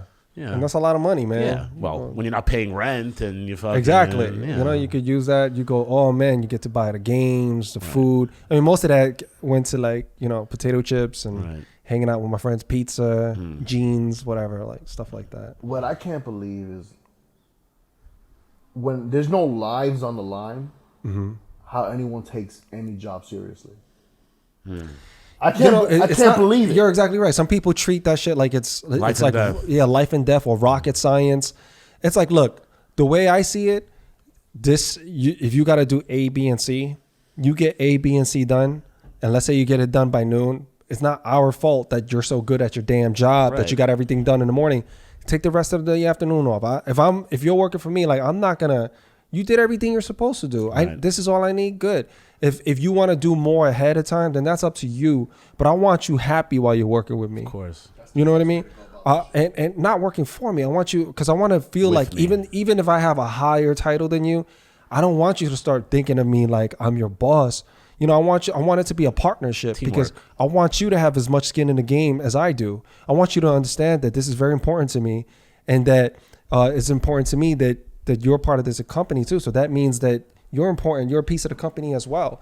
So I treat you just as important and if this is just as important to you, then I'm going to treat you like a tremendous asset. You know, you're very valuable to me, so I'm going to treat you good. Valued people work harder. If they feel value, they're going to be like, you know what? I can't let this guy fucking down. Right. This guy, he likes me.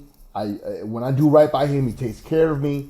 I'm going to work as hard as I can. It's just the way it is. That's a work model they started to implement in the last 10 years, you know, with companies like YouTube and Google building these ridiculous offices. They're smart. You know, with exactly, because YouTube, Google, happy they're smart. employees are going to be more productive on the most part. More productive. They stay. How much does it cost when you lose an employee and having to retrain someone else? And what if you had really good talent on the team and you can't retain that talent and it goes to a competitor? Because they most likely will. You will most likely lose that talent to someone that's in the same industry, because that's the only job they could get, or the fastest, you know, where they don't have to prove that, I could learn this really fast, versus saying, I've been doing this for the past 5 to 10 years. And I know this, I speak the language, so I could hit the ground floor running. You don't have to train me that much. And I already have a book of business. I got a bunch of clients I'm ready to call. I'm ready to poach them. Yeah. You know, so I think it's very important to really give your employees that space. Hey, look, if someone's killing it, man, let them kill it. Give them their space to do their thing. I always say that shit, man. Like, we don't need to go crazy just to feel like you have a purpose, or whatever toxic behavior whatever toxic behavior. Welcome to New York. Whatever toxic behavior you have in your mind, you know, or where you're going, this person's not carrying their weight. Have you ever had employees directly underneath you? Yes. Tell us about it. Did. So, all right, there's a fine line between people who are lazy and people who actually get shit done, and then you leave them alone. There's a fine line. So, you know, I mean, we touched on this a bit before the podcast, and we were talking about, look, if someone's lazy, inconsistent, and they're just not working up to par, nothing's getting done, then yeah, you could press them, you know, or you could let them go, you know, but I would prefer to work with them and go, okay, you know what? I don't want to press them, and I don't want to let them go. I want to work with them. So I work hand in hand with them, and I was like, you know what? Let's try to figure this out. You know, and sometimes it works, but most of the time when I see that it works for like maybe a week or two, and then they'll fade out. Like, if you don't stay on top of them, you have to constantly push them. But you're trying to do it in a non-toxic way. Right. So you're trying to, and it works for like a week or two, and then they always go back to that person. Now that's when I came to the realization, if it's not pulling you there, then I can't always push you. I'm gonna need you to put a cover letter on your TPS report. Yeah. So make sure that TPS report looks but right. also keep in mind, like, if we're not trying to do something groundbreaking, like if it's like, you know what I mean, if it's just a basic job and I know it's just a get by job, and now let's say I was a manager and I'm overseeing a few KFC. people. Yeah, I'm not gonna be that hard on people. I'm not gonna, and just get your guys, just do what you guys got to do, and you know, let's stay out of trouble. Let's do what we were hired to do, and just get out of here, guys, and we'll have some good times.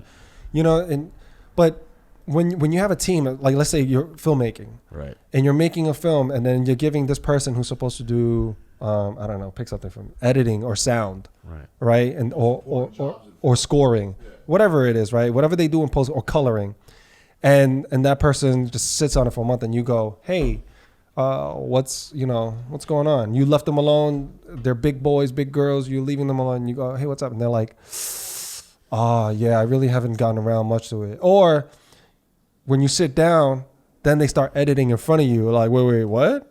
You couldn't start doing this before. No, you're doing this now on my time. Right. Like, wait, time out, man. What's going on here? You feel disrespected, man. You feel slapped in the face. Like, yo, I trusted you. You know, like, we're supposed to. You told me this project was important to you as well, and then we're gonna. So that's when I'm just like, all right, we're gonna have to rethink some of this stuff, and you know, there's a fine line between being lazy and just and pushing someone, overdoing it, who is completely talented and has a strong work ethic, good ambition, and they just know how to get shit done, right? Versus someone who's a complete like disregard, reject. Doesn't do shit. Right. There's a fine line. There's a fine distinction between the two. The only time that I've had people working underneath me, you know, in my past life, you know, 15 years ago, I was a stockbroker. I told you that. And for a short time, I had a built a team underneath us, broker trainees, and I completely sabotaged it because I would give them incentives of weed. I would give them marijuana whenever they would do something good, and then they would all get stoned, and then they would be completely unproductive. It would have the opposite effect. Well, at first they were like, "Oh, I want to get that blunt before lunch." Yeah.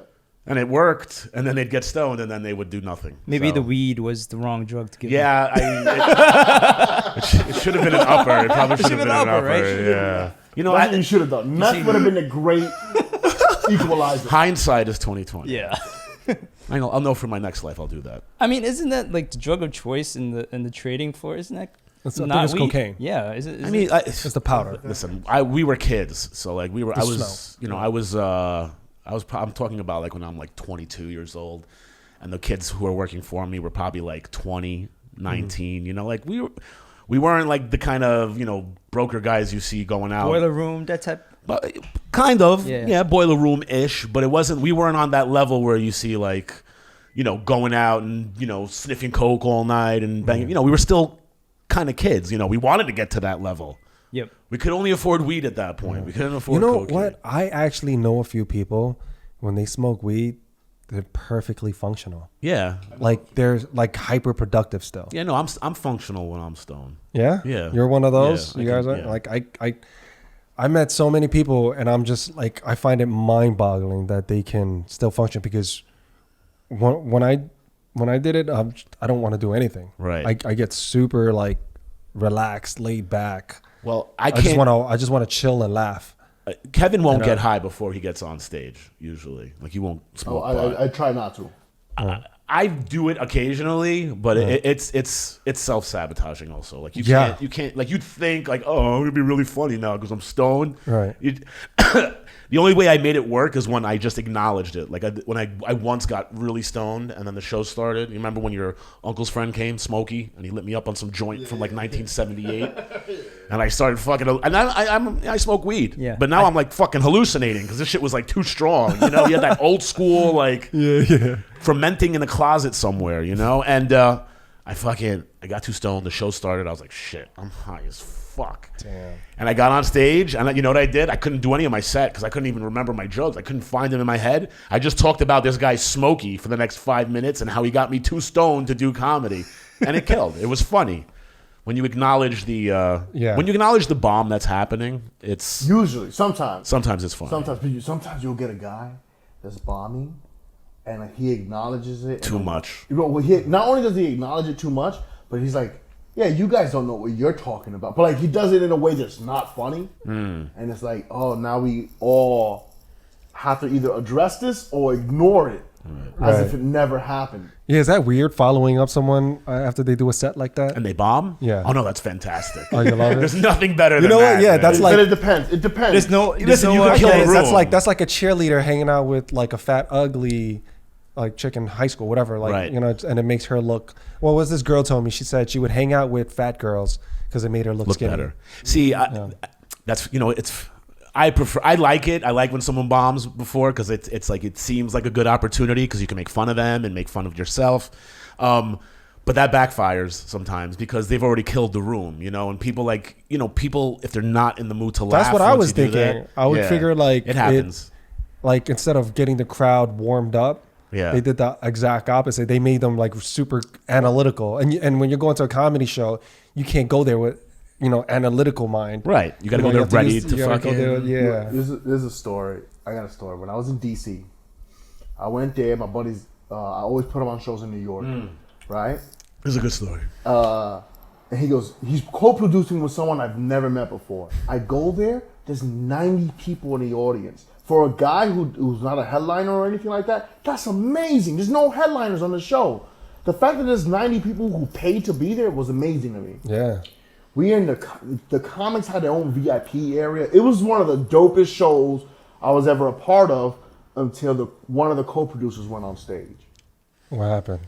He goes on stage. He does this weird joke. At first I'm thinking, this guy's going to be amazing. He goes, Marco! And 90 people scream, Polo! Okay. Right? I'm like, that was cool. He does it again. He does it 4 more times. And I'm like, either this is gonna murder, or this is gonna be the best bomb of all time.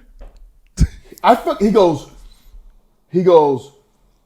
At the fifth time, 3 people said Polo, and he goes, "Those are the 3 people I'm gonna murder later." What? Right? No one laughs. What the hell? Right? He goes, "Okay, you guys don't want to laugh at that." He does another joke. No one laughs again because they're still. Everybody started just conversing about this guy just go Marco Polo 5 times and then threaten our lives. No. Hold on. Let me say that. So then he does a joke. It bombs. He goes, "You motherfuckers don't know what's fucking funny. I will fuck you up. You guys want to meet me outside?" Oh, was he serious? Shit. Not only He had to be coked up.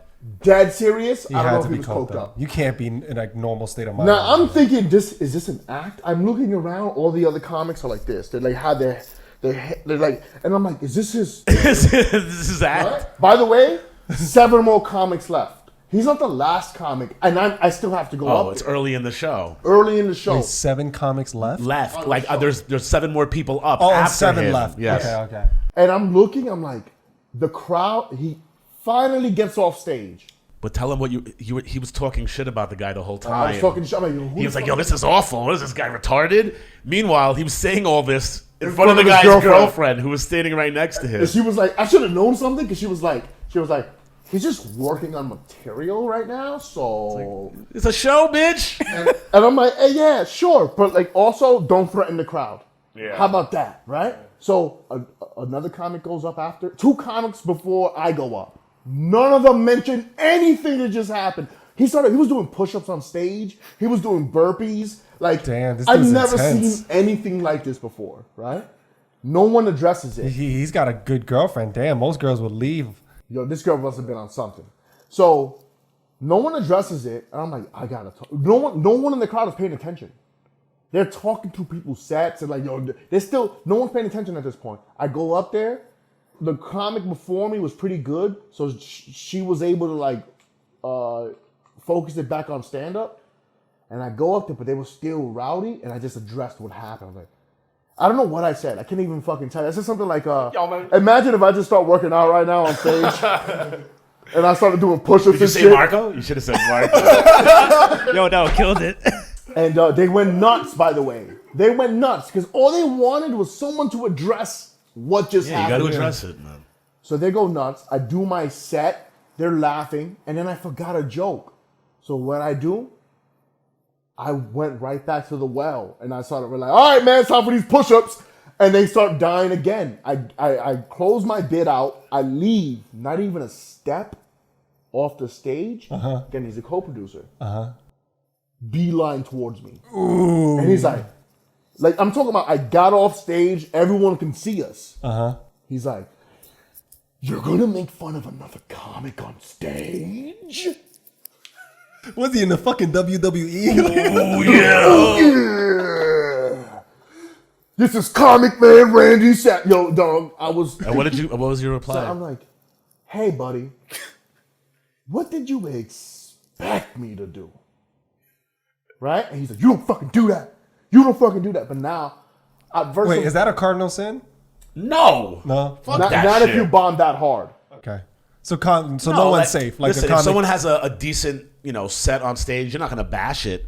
But if the guy goes up there and there's a real big awkward fucking occurrence, yeah, you're gonna fucking talk You gotta about mention it, right?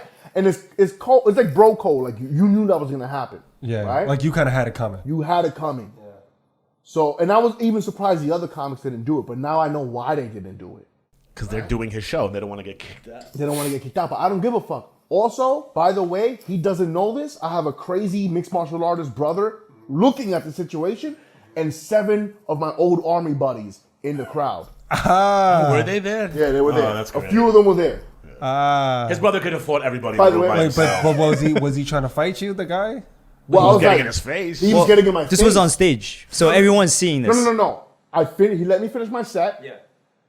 I'm talking about a step off stage. Oh, okay, and so he came up so people could see this happening. People could see it happening. The host is like looking at it. She doesn't know what to do. I would have moonwalked back into the stage. And we're like, Marco, Yeah, and I would have roasted him even more. Fuck that. I would have like, yo, come out here. I got something. Yo, I should have done. I was like, do you want to go outside? Do you want to fight? I would have just roasted. I would have like, yo, as a matter of fact, yo, here, I think there's some more jokes that. Yo. I think you still owe a crowd a set. Is he still producing that show? So my buddy, he goes upstairs to complain to the other co-producers. My buddy, very funny. Yes, Alex Starr. He very funny comedian. Hilarious. He goes to him and goes, you believe your buddy here was talking shit about another comic on stage? It's like speaking in third person, like if I wasn't there. Right. And my buddy Alex goes, well, nigga, sometimes you got to come. You know what I'm saying? Like, but my buddy since has been like trying to hit me up like, yo, can you apologize to him? I want to put you on more shows, and I refuse to apologize. I'm not gonna apologize to a guy who, one, I don't believe him. Two, he was wrong. You were wrong. You know you were wrong. You threatened 90 people. Yeah. With 7 other comics. Like, what were you to go. supposed to do? You were following up, right? Yeah. Well, it was 2 comics. Yeah. But no one was paying attention to those comics. Yeah, you know. You wanted to win the crowd back. I'm not here to suck your dick. I'm here to make people laugh. You gotta do. You gotta. Yeah. You probably won them, the crowd back and have them come back for later shows. The rest of the comics, by the way, did well after that. Yeah. Yeah. Right? So you warmed up the crowd essentially. Yo, listen, I'm not gonna toot my own horn, but like, come on, bro, what are you doing? Like, yeah, you bruised his ego. You probably like, I'm the co-producer, bullshit like that. So do you guys get like the itch to go out on the road and? Of course, yeah. We're about to do it right now. We're about to do it in a month. So are you guys like literally going on the road? Is that the plan? No, we're gonna land in another city. Is what we're gonna do. You mean like tour? Yeah. Yeah, I mean if it wasn't quarantine, that's the dream though. Yeah, the dream is to go on tour. Yeah, that'd be the awesomest. Go from city to city. So you guys get like girls? You guys ever get like girls after the show or stuff like that? Yeah. 'Cause I hear shows like sometimes it's like they got like groupies. You know what? Most comics are nerds. Because girls love funny guys. That's the thing. They love funny guys. I've met girlfriends after. Listen, man. Yeah. You gonna tell me some stories. I want to hear this. This is the part everybody was waiting for. Yo, you have a good one. You have a good one off the top of your head. I'm dating women. I don't. I don't want to ruin it for myself. I don't kiss and tell. Right? So all right. So let me. I guess I'll put some situations out there. So after the shows, they come up to you guys. If you did well, comics, if you did well, yeah. And is it like usually a layup? You're definitely. It's a lot. It's like Cosby gave him a Quaalude. It's. I'm joking. Oh shit! All right. Yeah. No. I mean, listen. I painted the picture. It makes sense. Like they know. They know you're funny. They know that you can control a room. There's like you're fearless. I was just talking to a girl. I was talking to a girl last night. She goes, I invited her to a show, and I never invite girls who I meet outside of a show to a show because you just don't know what's gonna happen. Yeah. Everything's out of your control. But I murdered that night, and she goes, I got to tell you, that was the sexiest thing ever. Like I knew right then and there I was gonna fuck you. Like before you got off, because he goes, you went there with so much confidence and you controlled the room. Yeah, I've never seen anyone just randomly control 30 people they didn't know. Yeah. It's like demonstrating a superpower. Right. Like look what I'm capable of doing. But you also meet complete psychopaths. Yeah. Oh, you like on the other end, or are they all for the most part pretty like crazy? If you meet a girl at a comedy show, if she's particularly is there usually like comics, a certain type? If there's of a girl who's like just into comics, Uh-huh. she's probably gonna be a little fucking nuts.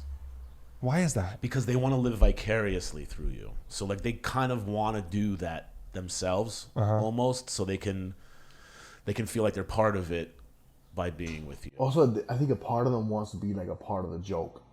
Yeah. They want to be a story. You're not gonna write jokes about me when this is over, right? Really? I would imagine that they would hate it. Like if they're like, if I'm dating a girl, right, and we're hanging out, and she goes, yeah, Will, come to my show afterwards. Come to my show tonight, whatever. Right. I'm like, yeah, hell yeah, bitch, let's go. Right? So if I'm at the show and she starts talking, I'm like, so I'm like dating this Asian guy. Yeah. And like it's kind of tall. That's cool, but I gotta tell you, there's something else that's not that tall. I'll be like, bitch. Yeah, the you know worst. what I mean? Like, oh, she goes, You know, because she's gonna hit, you know, those even if it's not true, she's gonna hit. Well, comics have the crazy ability sometimes. I would not want to be. I'll put it this way: I would not. If I'm dating a comic, I don't want to be in any of her jokes.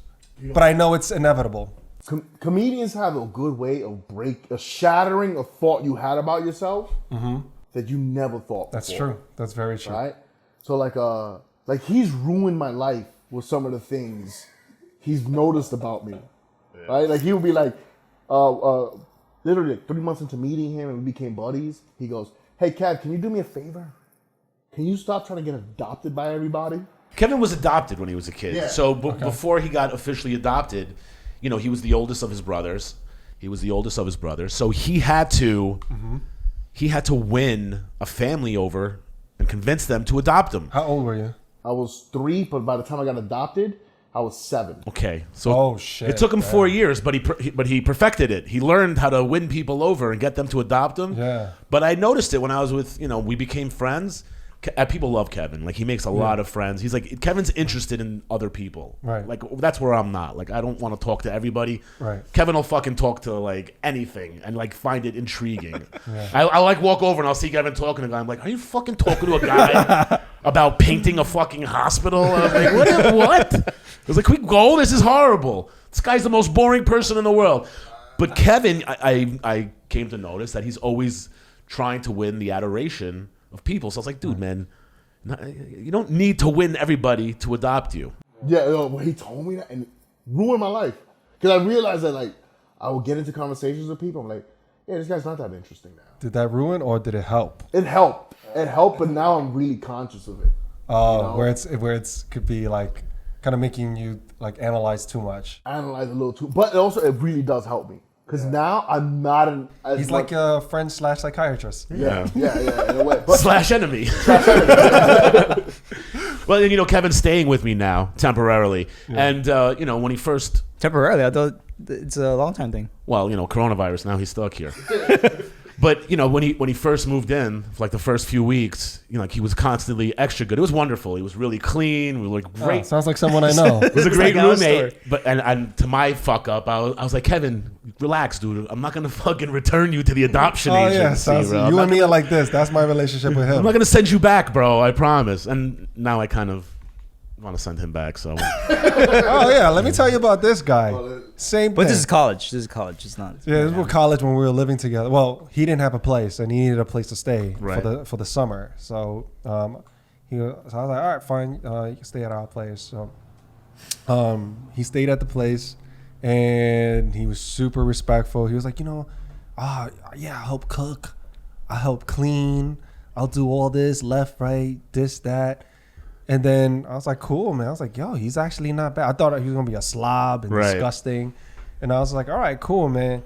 And then all of a sudden when we had we were all hanging out, we got real comfortable with one another. And we're like, dude, yeah, it's all good. Don't worry.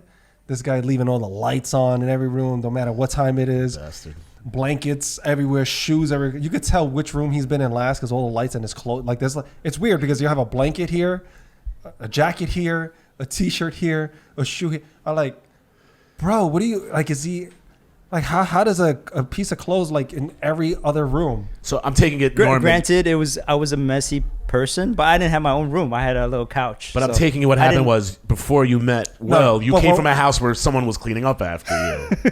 Yes. Is that what happened? Yeah, I guess. Yeah, that's the thing. Like I never noticed that. Right. I noticed it until then. Look, that mess is gone. Walked out of the room and it's all gone. Some magic. The lights went off. It's awesome. I was doing this. So yeah, this was when he was super. So we were like, you know what? Yeah, it's cool. So you know what? The next after summer's over, when fall hit, we were like, yeah, let's get a big house together. Right. So we got a big place. He moved in with us, and that's when the shit show really began because now he's paying rent, equal power. Oh yeah. Oh yeah, that's when the real shit show started. I was just like, literally, he would just shit.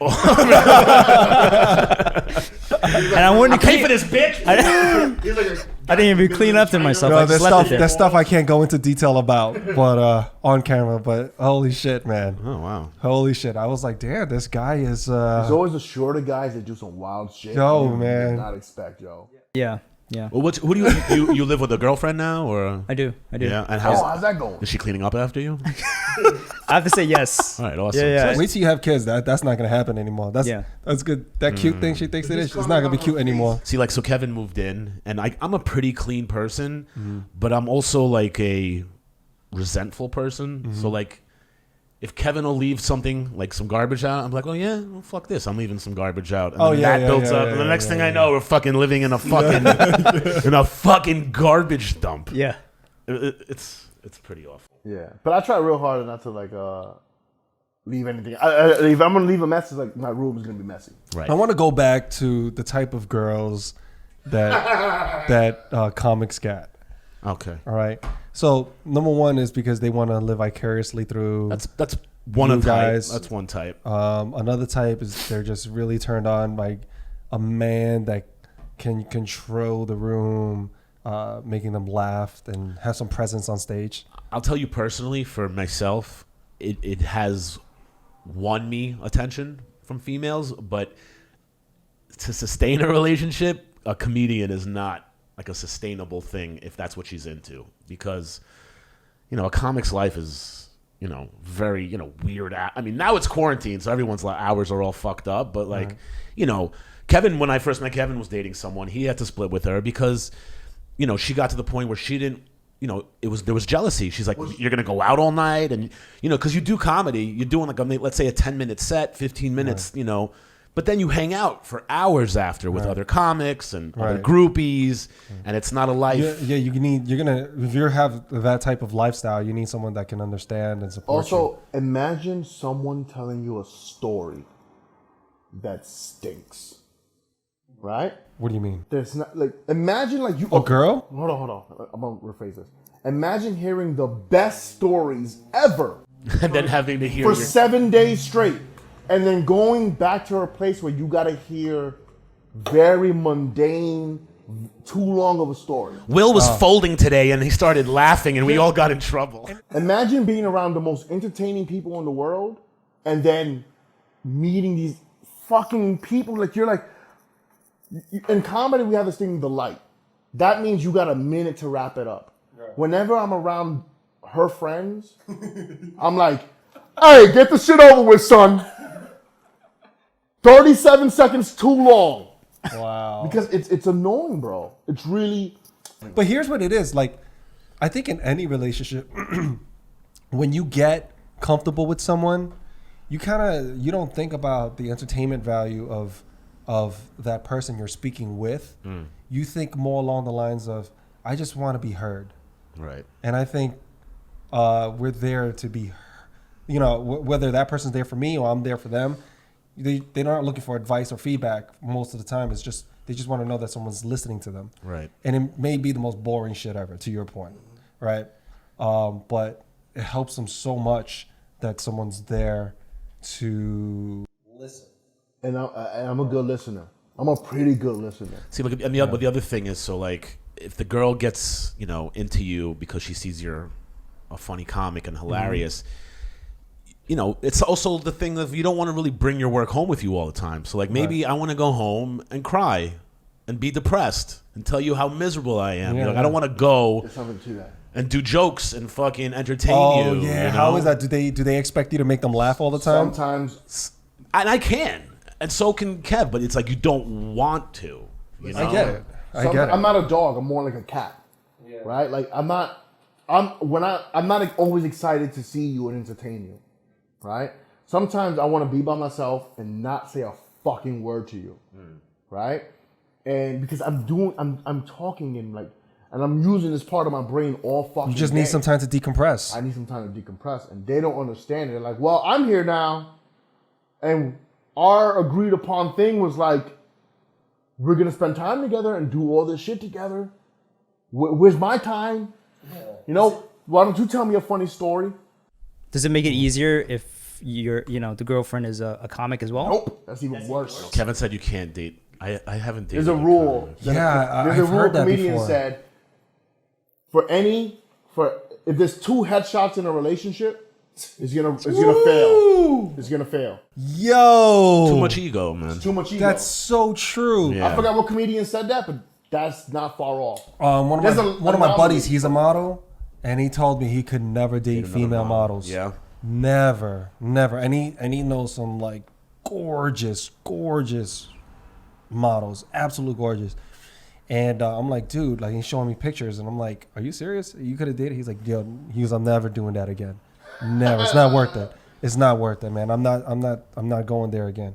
And he's strict. He could definitely get a lot of good looking guy. He dates like regular girls, you know. And then the other thing and is, he's so way like, more happy for that. if you meet a girl outside of like performing comedy, but then she finds out you're a comic, let's say you're with your friends, and they're like, oh, this is my buddy Josh, he's a comedian. Right. The first thing they're gonna fucking ask you is to do material for them. Like, tell me a joke. Oh, really? Let me hear a joke. Let me hear your best joke. Hey, by the way, that doesn't work. It doesn't work. You can't do jokes that you do on stage one-on-one. I know. It's a different animal. I know, it's weird. I'm thinking about like, I gotta start lying to people about what I do. What do you do for a hobby? I build planes, bitch. Like, don't fucking... Like, imagine if I invited Josh to a barbecue. Hey, Josh, I got a barbecue this Saturday. Why don't you come by? You want to do some jokes? No, I won't even tell you. I'll just surprise you. Right. And then you don't Hey, everybody, this is my buddy Josh. Oh, hey, what's up, guys? Marco. Marco, motherfuckers. We got some great jokes. I'm gonna kill you. Let's all sit around in a Kill your circle. friends, Will. I hope that guy's not listening to this podcast. Funny. I'm sure he's hate stalking me. He's like hate stalking you. for sure. Yo, dating. You know what's crazy though? My ex, she was actually entertaining because she was a. Was she a comedian? No, she wasn't. Nothing. A regular girl. Regular girl. I love dating regular girls. She was an EMT. my favorite. Yeah. Okay. As opposed to So what? She saw some As shit. opposed to a girl that's A model, artist, entertainer. Yeah, I really, I don't think I could get in a deep relationship with a model, artist, entertainer. I just, man. Too much about them, not enough about me. It's That is a true thing. I don't know even if it's that, but it's just something weird. Like, I feel like I'll get too judgy. Like, it's a flaw on me. I think it's not on them. It's almost like I'm just gonna look at them like, because you're looking at a reflection. yeah, And right? then you start to see, like, is this how I'm behaving? Yeah. Like, am I that petty? Maybe am I'll I see that... through the shit, and I'm like, I'll get real analytical and. I hate myself because I know. hate you. You know, but it's not even that. It's like I think I might get bored. I think I might get bored because I'm very familiar with that lifestyle. Right. So if I date a regular girl, like I just need to decompress. Like I can talk to her about regular things and about life and what it's like in her world. Whereas this world, I'm always on. Now I'm dating a girl that's in this world, so I'm on 24/7. And I don't know. Even though I love what I do, like I do like having some variety in life, whether it's in relationships or friendships. Like I need that variety. And You're married, Will. type. Yeah. No, and that's what I'm saying. Like I'm married. She's an accountant. Right. Oh, perfect. Yeah. Yeah, she's an accountant. Let me ask you a question because you are in this world, which means you have a certain personality. Is there ever a time where she's like, well, I need you to relax. I need you to, like, you're being too much right now. You don't notice it. Nah, she's super supportive. She's super supportive. Like in terms of like my energy level. Yeah. So it's more like it comes from him. He's like, Will, you need to relax. Really? That's a good guy to have. Though. The thing is, I'm total opposite of him. Yeah, That's what I'm saying. opposite. And that's what I do. I keep opposites around me. You got to. Because like if for example, like if we're both fucking, I don't know, use a basketball now. Like we're both point guards. There's no point. You can't have two people dribble the ball up the court, right? We're both centers. It just doesn't really work that way. You're clogging up space. Yeah, you can't have two quarterbacks on the field. Right. Right. So on every play, you know, it might work, you know, one or two times of those rare instances, Right. but most of the time it's not going to work. So that's why I like to surround myself with people where I'm not that Compliment them. right. So it goes both ways. Like they don't have this superpower, I don't have that superpower. Right. So together, we make each other better. We fill in those gaps Yeah. and voids. Whereas if we have a redundant skill, then we're both going to be arguing about who's going to do this because we're both going to hate doing that job. You know, even So because you're we're saying both not good at You're it. saying that Kevin is essentially useless to me. I don't know. And Do you guys vice have? versa. I don't know. You guys have redundant skills? Yeah, we that's what we all You guys are the same person. I think comedians are different because we have different senses of we humor. have different senses of humor. Yeah. right? Like I'm a decent storyteller. He's a better storyteller. Okay. Right? So like, I'd rather hear him tell me a story than me tell him a story. Right? I'm better at like, okay, so like if constructing a joke, I'm a little better than he is at constructing a joke. Okay. Right? Get out of my house. Yeah. So how does that impact your relationships with women? In terms of? Like dating do you look for girls that are opposites or Nah. or very like have a lot of things in common with you? Because I look for women who are completely opposite of me.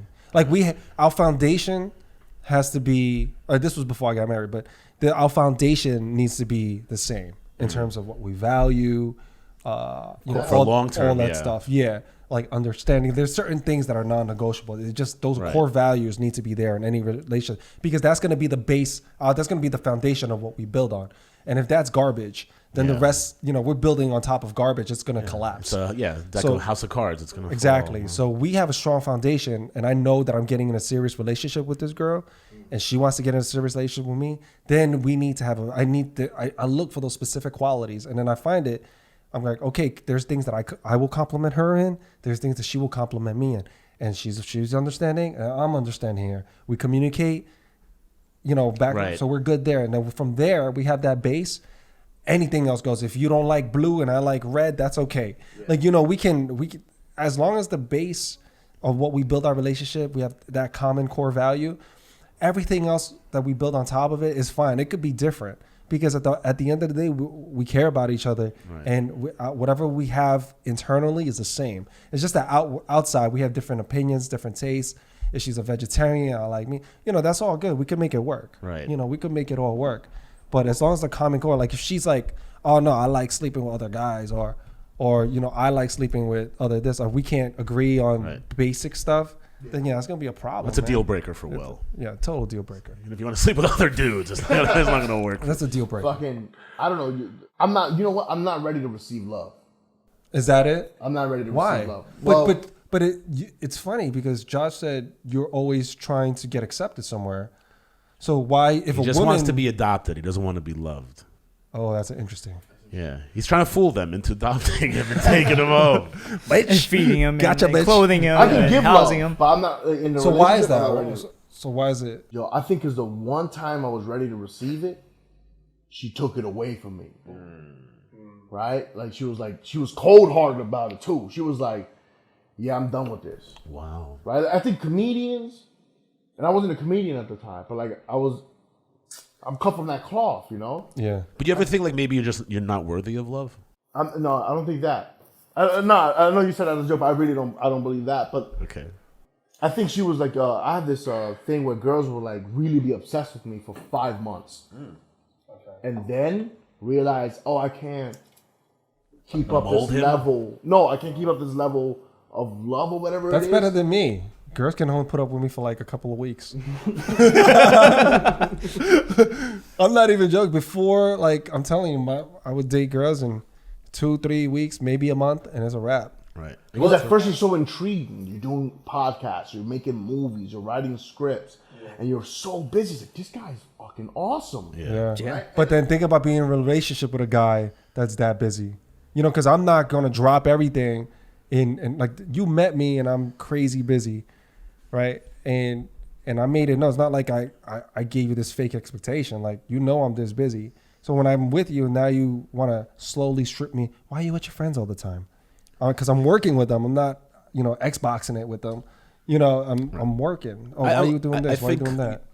Going back to like what kind of woman we're looking for, I think the most important thing, if you're an artist or you're definitely a comedian, you need somebody who not only like believes in you, but encourages you.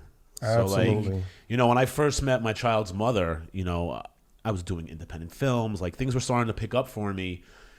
We just started dating. We were like maybe a year into it or like 2 years into dating. And her father had a beautiful home in Croatia on the Mediterranean. And she really wanted me to go. She was trying to get me to go there for like a year or two. And she, finally convinced me. And we bought tickets to fly to Croatia. And then I booked a television show. I did Mobster Confessions, and it was the biggest role that I had, like, most legitimate, biggest, other than in an indie film that I had done, television show. I was a lead, and it was a huge deal. In Croatia. No. The Croatia was where her dad was. I booked a role here after we booked the trip. Ooh. And you know what she fucking did? She went into my phone, because the way I got the role was I went to go assist a casting director at one of like the big agencies in the city, because I had a friend who had a school, and she was like, I need a reader. And I went and I volunteered. And I ended up reading for auditions for a week, for 5 days. And I'm improvising with these guys. It was like a mafia show, so we had to pretend like we were gangsters. They ended up, all this footage goes back to Discovery Channel, and they review the footage, and they're like, this guy's great. They end up giving me a lead role in the opening episode, and they put me in all the promos and everything. Before we even shoot the thing, she calls the casting director up, because I told her, I was like, this is a huge role for me. It's a big deal. She calls up the casting director without telling me, and asks her if they could postpone the shoot. What the fuck? Just because she wants you to go. Because to we were supposed to go to Croatia, and we spent like $1,000 on tickets. That's not support. That's no man. No, it's not support. That's the shitty. point. That's like, there's boundaries, man. She destroyed a relationship, because this casting director who loved me was like, I'm never calling this fucking idiot again. This is even if it's a small television show, this is they don't want to deal with all that. It's extra hundreds drama. of thousands of dollars at stake, Right? And they're like, I got to deal with fucking some guy's crazy, girlfriend, wife. Right? They don't want that. The fact that I energy. even let her have the number, and I didn't give her the number, she like went into my phone and took it. So, lesson be learned. I didn't learn my lesson, and the relationship progressed. And Did you go to Croatia anyway? We did. We went to Croatia. Oh, the thing was, this was the best part. After she had now sabotaged my relationship, a hurricane hit, and it postponed it either postponed the shoot or the whatever it was. It worked out by a force of nature. Okay. That they didn't interfere with each other. Okay. But at this point, we had already destroyed like any trust, opportunity of this lady Right. never. Like, And I she crossed tried. the line. That's crossing the line. You Yeah. don't like, if she's gonna do something like that, at least have a discussion with you prior. Like, instead of doing that sneaky control type. And that's what I mean. That hurts so many relationships. And some guys actually take it. Yeah, I know. Where I see, and I ain't gonna lie, like most of my friends growing up, Right. They choose her over the work. they let their girlfriends, or now wives, dictate their entire. They were their girlfriends just at first, but I watched them slowly peel them away from all their friends.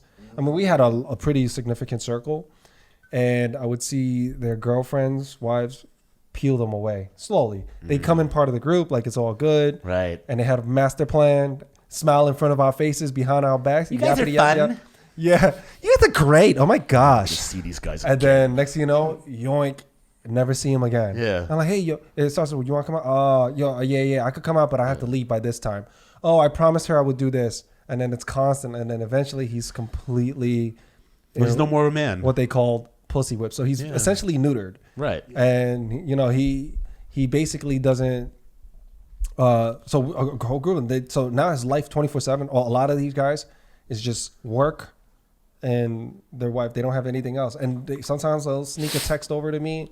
Hey, what are you up to? What are you doing? I'm like, hey, I can't. Like, I'm not. I miss you, man. I can't. Like, you know what I mean? Like, if you was really like tight like this, Right. then you would have found a way to make it work. But like now it's like you got nothing left, and now I'm an option or whatever, and you trying to hit me up now, or I feel for you, but like, what am I gonna talk? I have no respect for you anymore. You on your own, B. You know what I mean? It's not that you on your own. Like, I don't wish anybody, like, I don't even feel like I don't dislike the person. I actually like them a lot. Now, if they called me and they needed something like, hey, Will, I need your help.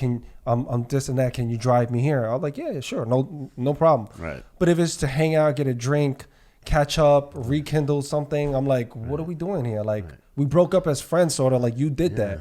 So what are we, like, I'm supposed to meet up, we supposed to be tight again out of nowhere? Like, Right. like I just don't want to be your friend like that no more. Like, if you need me, I'll be there. Right. But I don't want to be a friend where we pretend like this is deeper than it really is. I don't want to waste your time or mine. I got a lot of things I need to do, and Right. I just don't need that. Yeah, you have. Right now. That's what when you get older, you realize you have a limited amount of time in your life. So to waste Exactly. it with fucking fake friends, bullshit people. Yeah. Yeah, I don't know if they're fake. They made the decision. They chose her, and I'm all right with that. But I can't be friends with someone that deeply and I'm not saying be bad to your girlfriend, your wife. But what I'm saying is that balance.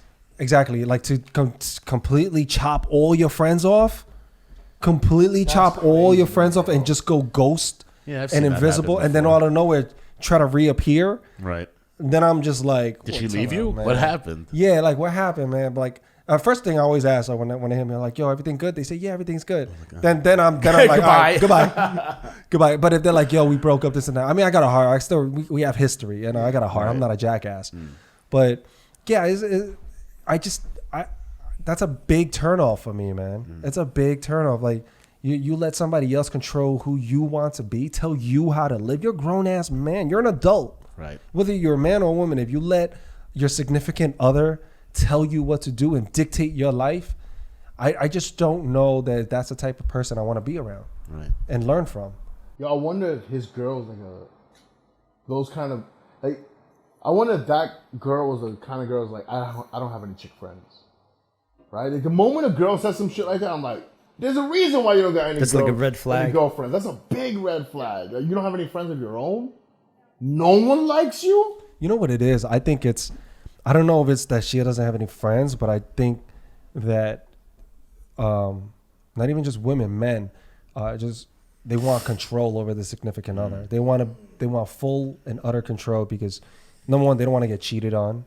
And they feel like if their friends are influencing them, it's probably for the worst. So they got to train their man. You ever hear that? Yo, you got to train your girl. You got to train your man. I've heard that. So I've heard that from both sexes. Yeah. So I think part of the training is you got to cut the other people that are influencing your significant other. Right. So you can get total control over it. And I've seen that where I mean, his exes did the same move where he was like, yo, well, man, she's trying to fuck. She's annoying because she's telling me to stop filming. She's telling me to stop doing this. It was like, lose that bitch. I didn't say that. So I never go that far. I'm just like, oh, damn. That's all I say. I'm like, oh, damn. It was like, I guess we're not going to be friends for much longer, huh? No, because I want to, sometimes you got to like, let your friends do what they will. Well, at this point though, because you guys been friends for like, what, almost a decade?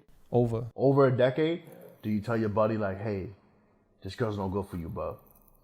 This is your buddy over a decade. You don't go. I have my opinions, but it's like it's not my place to say it. Yeah, I feel like I'm out of pocket for that. Like you can't say that to me, and I can't say that to you unless it's like really detrimental.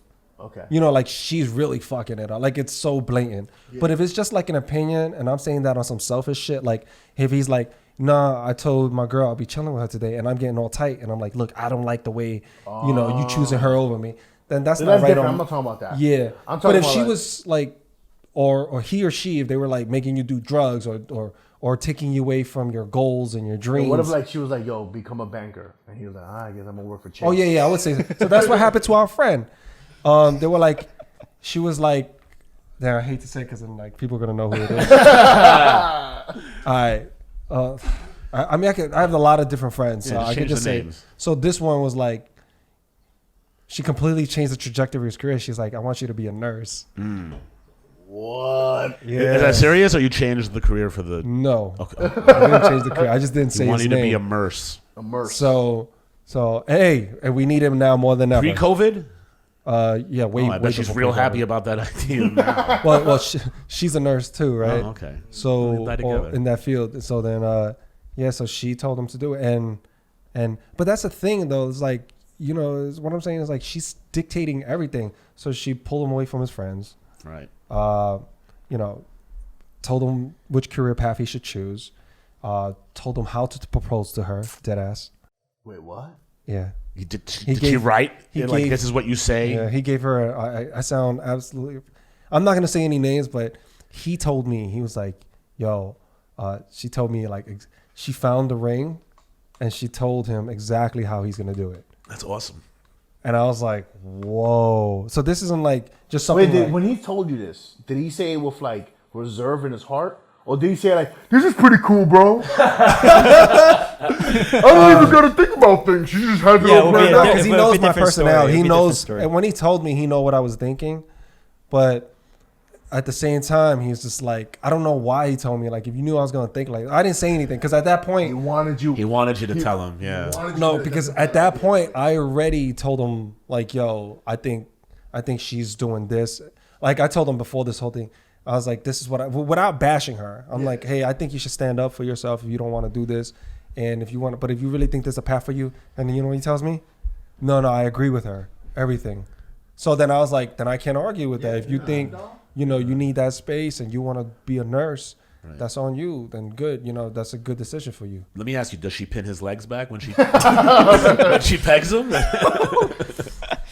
Let me tell you though, before her, Yeah. dude was as solid as they come. It only takes one woman to destroy a man. What do you mean? What do you mean solid? Like, All right, so I'll tell you paid this. his Sorry. bills? Yo, no. I'm telling you, like, he's Independent, strong. as a friend, bro. Like, if you get in a fight, number one, like you want to know that you got a boy that's not gonna run on you, right? That's like the one of the rules, right? He ain't gonna talk shit behind your back. He'll ride with you. Like, every box you could check for a solid friend. He's, if you need money, if you need anything, he's there for you. Like, every box is checked. Right. And, you know, he's solid. Workout partner, never let you down. If he says something, he's going to do it. And proven part, one time I was stranded somewhere at a bar. And everybody was complete. I didn't know what I was getting. It was with my coworkers at that time. And they were like, oh, this and that. So we're all drinking. We're going bar hopping. And we ended up at a place I do not know where the fuck I am at this point. And I'm looking around me. Everyone's either I started winding down because I got to go home. Yeah. Everyone's super drunk or like or coked out of their fucking minds. And I'm like, what the fuck? And I didn't know that many people did cocaine like that I worked with at that time. I was like, holy shit, all you motherfuckers are coked out of their minds and they're drinking at the same time, right? So I was like, always holy the best shit. to find out, by the way. What? That's when I find out that like people I didn't know do coke. Do coke. I'm like, I like this person. So I'm like, man, I really got to get out. I want to get out of here at this point. It's getting late, and at this point, there's nothing in it for me. Like, I'm on my down, right? You know, like from drinking, and I was just like, you know, I don't. At this Were point, you married or not married? No, I was single at this point. So then I call him up, and he picks up and he's whispering. I was like, what the fuck? I was like, what's going on? He's like, oh, nah. You got cocaine, motherfucker. No. And I was like, yo, I tell him what's up. I was like, yeah. And this was like before Uber was a thing, right? And I was somewhere where I couldn't hail a cab. I was outside of New York, so he had to come get me. Right. So he goes, all right, just text me the address. I was like, all right, cool, man. He's like, yeah, just give me a little bit. Just wait for me. I promise I'll be there. He shows up. I see his car. Sight for sore eyes. I'm crazy happy. This is like 3 a.m. I get in his car. We're talking. We're laughing, whatever. And I was just like, yo, what the fuck were you whispering? He was like, I was in the middle of fucking. I was like, what? Good guy. He was having sex. I was like, why'd you pick up the phone? He goes, because I knew you would never call me at this time unless you need me. And I was like, well, did you finish before you come see me? Is that why? He goes, nah, man. She's in the trunk. He goes, nah, man. As soon as he called me, I just put on my gear and I left. I was just like, what? What a solid guy. That's what I'm saying, bro. He gave himself blue balls. To That's pick what you I'm up. saying. I would have been like, gotta go get Will. Like, what kind of... He picked up the fucking phone. That's the first thing. I'm like, why the fuck? You know what I mean? Like, I wasn't expecting anyone to really... Damn, so you lost a soldier, basically. Yeah, man. But I did... But it was his choice, right? But in all fairness, I did everything. Like, I already proved my part. Like, I did a lot. Solids for him. Yeah. So we reciprocated that solid with each other. No, I'm saying, like, we had that at relationship. this point right now, you lost a soldier, like a solid guy. Yeah, but I You can still call on But him. I'll tell you what, I lost... No, I wouldn't, because that move itself just, like... does it for me. That's enough to make me go. Because look, I'm married. Right. I got kids. But you know what? I still keep a balance, you know, of my social life and my friends. Yeah. And I don't like. We've been through so much. I'm not just gonna cut you off and completely like. Also, by the way, you're not saying that like you can. I can't. I'm talking about no Christmas. Like, yo, Merry Christmas, bro. That's crazy. No happy birthday, bro. Like, that means that wasn't you. That's your girl saying, don't call this motherfucker no more. Yeah. In one form or another. You know what I mean? So if you did that hard cut all of a sudden, then you know what? Like, I'm not gonna come in between you. I mean, this is your wife now. Yeah. Right? like, or soon to be, like, you're telling me you're thinking about marrying her one day. Like, I can't come between that. That's, you guys are potentially going to build a family, and that's your choice. Or I already said my piece, what I think. Then the rest is up to you. It's not my place, man. And you have other people you know you can call on. Yeah. Oh, I have. Yeah. Yeah. And it's your life, baby. Live it. You know, you make your choice. You do whatever you. But at the end of the day, I know a man that lives like that. I can say as a man, because I'm gonna will never fully be happy. There's gonna be that little thing inside of him that's gonna go, damn, man. You know, damn, I wish I wasn't such a wimp. Something like that. You can never fully be happy. There's gonna be something inside of you that's like, damn. You know, my mom did some wild shit. When she got remarried, she told him, she was like, yo, keep your apartment. Like, I only want you here Tuesdays, Wednesdays, and the weekend. I don't like Mondays, which means I don't like you. And I don't like Thursdays, I chill with my girls.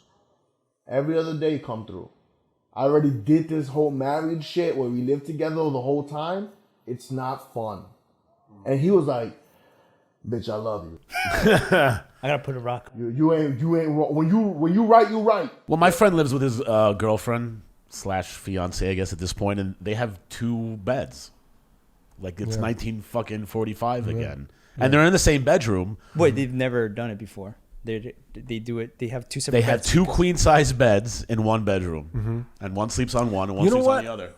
I could see how that sounds weird, but after being married, like, you know, my wife and I I'm all right. Sometimes when she's like, Will, I'm gonna sleep in the other room, I'm like, fine, shit, that's cool. I get spread out. I get a better night's sleep sometimes. She gets a better night's sleep. We wake up the next day ready to tackle the day. Also, you miss each other too. Exactly. You're like, you yo, give you know what? space. I miss my baby's. Yeah, I don't mind. So the next time she crawls into bed, you know, I'm just like, ooh, cool. You know what I mean? I need to sleep like a fucking starfish. Like, I have my arms around the thing, and like, to the detriment of, like, my longest term relationship was with my kid's mother. Like, at one point when he was a baby, like, he was sleeping in the bed with us when he was, you know, a few months old. Yeah. You know, we're in a queen size bed. He's got the whole thing. He's spread out. I had a big fat little kid. You know, he was like 30 pounds when he was like 6 months old. Shit. Wow. I'm in the fucking corner, and like, it really, like, it slowly drove me mad. You know, like, I'm sleeping like this, and I'm trying to fucking sleep and like hold myself together. So yeah, I'm all for multiple beds. I know to you guys right now, you guys aren't married or anything, but trust me, eventually you might be like, listen, I don't believe in sleeping in separate beds if we're gonna sleep together. That's what I used to say. In the same room. Okay, I agree with that. But like, if I could find a way to get a different apartment for a couple of days out the week, you know, one day here, one day there. Be careful what you wish for, man. If my girl goes, I'm going to the other apartment tonight, and she texts somebody right before that, I'm going like, wait, what the fuck? Oh no, what I mean? It's gonna be established. Like, if I'm married, it's gonna be like, we don't want to cheat on each other, right? I'm gonna make sure that's the case. Let me tell you. I'm gonna try it. We were just talking about this in our last podcast, and mostly everybody that at least I know, I mean, it's a lot. This was an awkward thing. I've seen, like, this guy's telling me he loves his girl so much, yada yada yada. He started cheating. Yeah, and I was over at St. Mark's, and we were bar hopping at St. Mark's. We were going to the arcades. Right. There's this arcade. Yeah, barcade. Yeah. So we come out and we're going down. We're bar hop. We're going to the next bar. I see this dude cuddling on her, everything. And at first I was just like, whoa. I was like, oh hey. I was gonna, and then I stopped. This little dude comes out, and I was just like, huh? And then smaller than her, which was kind of crazy. Right. And he just hugs up on her, and I was like, I was like, what the fuck? Is that like a brother or some shit? She's with me. And then he starts, like, you know, cuddling with her, kissing on her. And then he sees me, and he's just like, and then she taps him, like, and then they recover quick. Whoa. And I'm like, hey, I'm playing it cool. I'm like, hey, how's everything going? What, you guys drinking? And she's like, yeah, we're really drunk. And she started acting like more drunk. Oh, and then I was just like, hold on. First of all, I know she could drink like a fish. Right. And then second, like, that's bad acting. Like, I know bad acting when I see it. That's bad acting. So did you blow her spot up? Yeah, you did. Good. You're good. That was boy. hard of me, man. But I called my boy. I was like, hey, I don't want to. But I didn't say it was definitively cheating. Right. I just drew the picture of what I saw. I said, hey, I saw your girl. Because he's, I'm like, fucking in front of I'm me, the messenger, so he's going to shoot me. Yeah, of course. Yeah. Just the messenger always gets shot. That's interesting that you went in there thinking, I'm going to get shot for this, but I got to let my boy know. It was the right thing to do. You had to do that. Yeah, and I did get shot, man. Like Word? Yeah, our friendship wasn't quite the same afterwards. It wasn't quite the same. And I told him, I was like, yo, I didn't say, yo, fuck that bitch, she cheating on you. I said, hey. This is what I saw. This is what I saw, man. I saw her there. Maybe they were drinking. He came out of nowhere, hugged up on her. I could have sworn I saw him trying to kiss on her. She tapped him away. They fucking did this awkward recovery. Right. It didn't look right. It just didn't look or feel right to me, man. The whole situation. But take it for what you want. And he's like, nah, I will. Nah, da, da, da, da. I was super denial, and I was just like, oh, what the fuck? I was like, I didn't think he would have took it there. Right. So that's when I completely backed off. In my head, you know what I'm saying? I completely backed off. Yes. I didn't put no more. In my head, I'm thinking, this guy's a cuck ass bitch. Yeah. This guy. He probably knew about it, you saying? Yeah, what I'm saying is, some guys are comfortable with like, yo, my girl might cheat out there.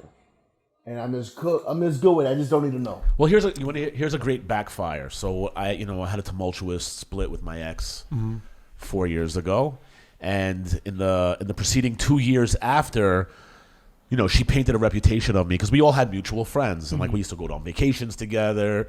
But she painted this ridiculous picture of me. And listen, that you're a villain. That I'm a villain. And I'm not saying that I'm not flawed. And I'm not saying that I don't act crazy sometimes or haven't in the past. Listen, I'm a party guy. We go out, we go drinking, we're doing comedy. Okay. Somewhat of a reputation.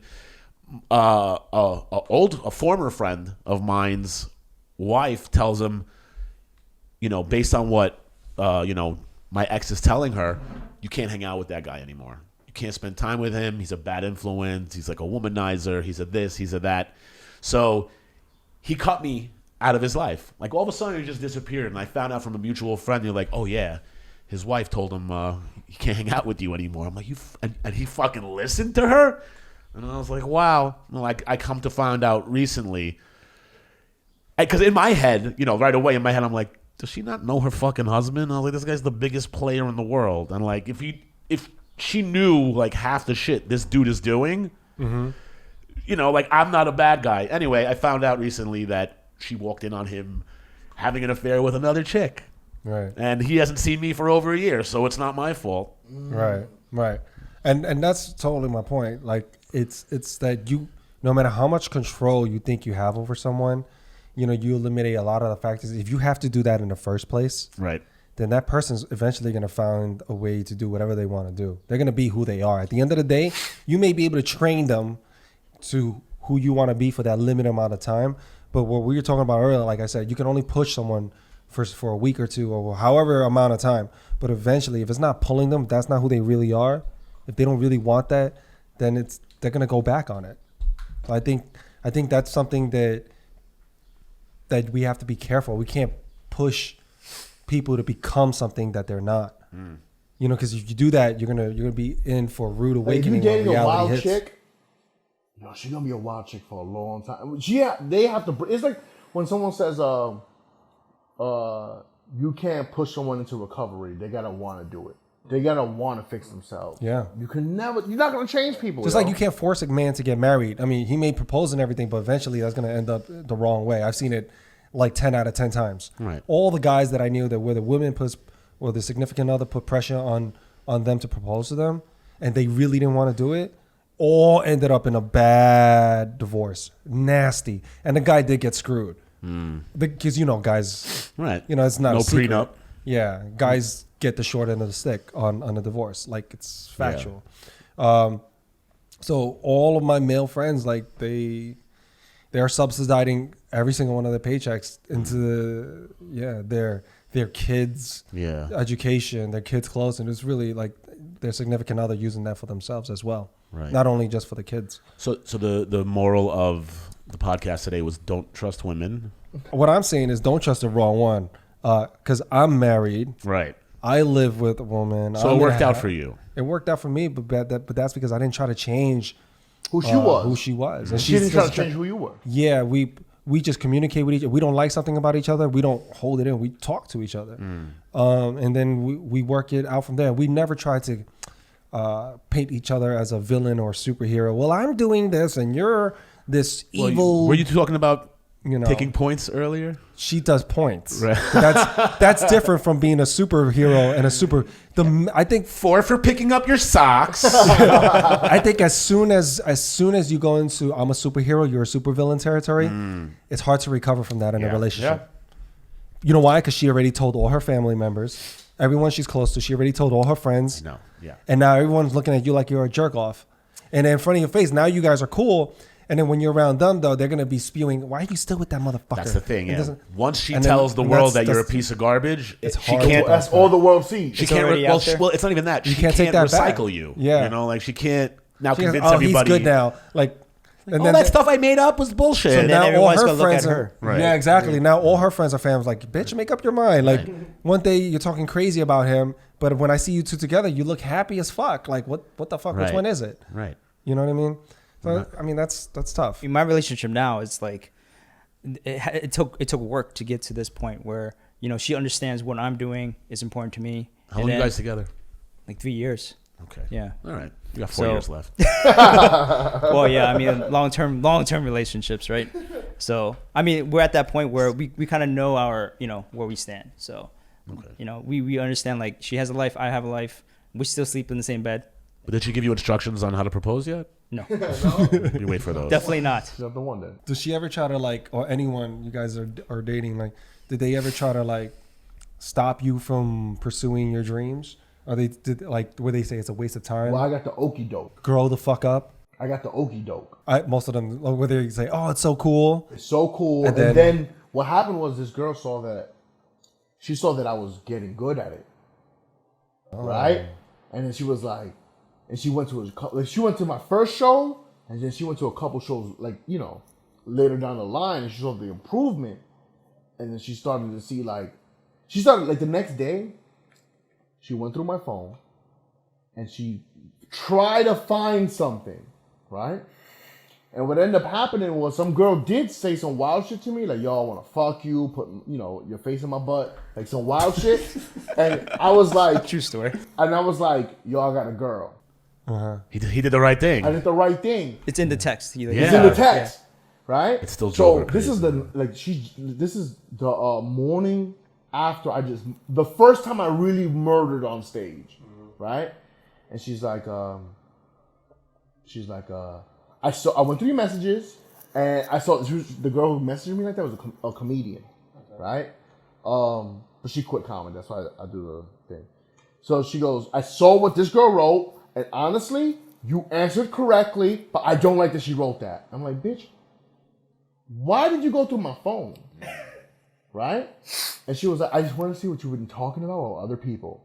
Right? And I was like, well, why did you feel that way? Long story short, this girl goes, it's just like I saw that what you were doing on stage, and then I started thinking about my life, and like, I'm like, what am I doing? Like, he's like moving somewhere. I'm like, yo, this is fucking crazy. I can't believe. And the relationship, like, it was on let's say a 9, went to a 7, to a 5, to a 3, and then we broke up. So that's why we not supposed to date comedians? That's probably why we should date comedians. I don't know. She wasn't a comic. She was like a regular girl. How do you guys feel with this whole COVID-19? You said something to me earlier when I came in about there are going to be so many people, a mass exodus of talent leaving New York City. These so-called, Well, the people are half-assing it. Yeah, a lot of people. Listen, it takes a lot of courage and bravery to pursue your dreams. But when tribulations come about, and you get put in the fire, some people might be like, this is a little bit harder than I bargained for. I believe that I'm going to be successful. I 100% believe it. If I didn't believe it, I wouldn't fucking do it. I know that I have the skills. And that's part of I have the tools. insanity. And that's part of the insanity because the truth is, it's a 1 in a million shot. Right. You know, like there's only so many slots for successful people in the world. But I believe in myself, and I really know I can do it. Yeah.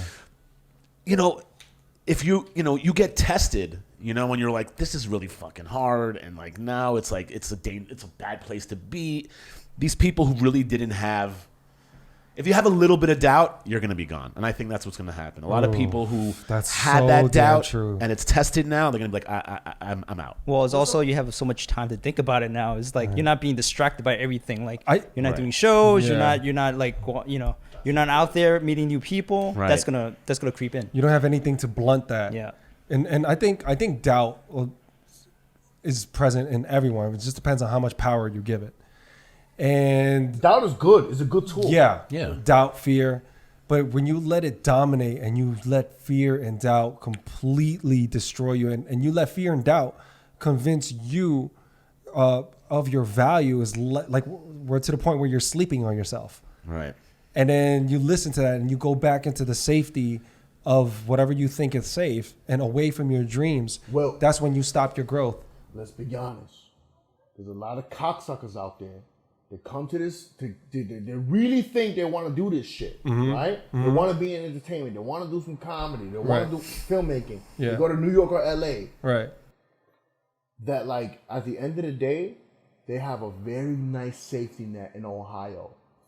Ooh. Right? Like, their dad is on the fucking board of directors of Walmart.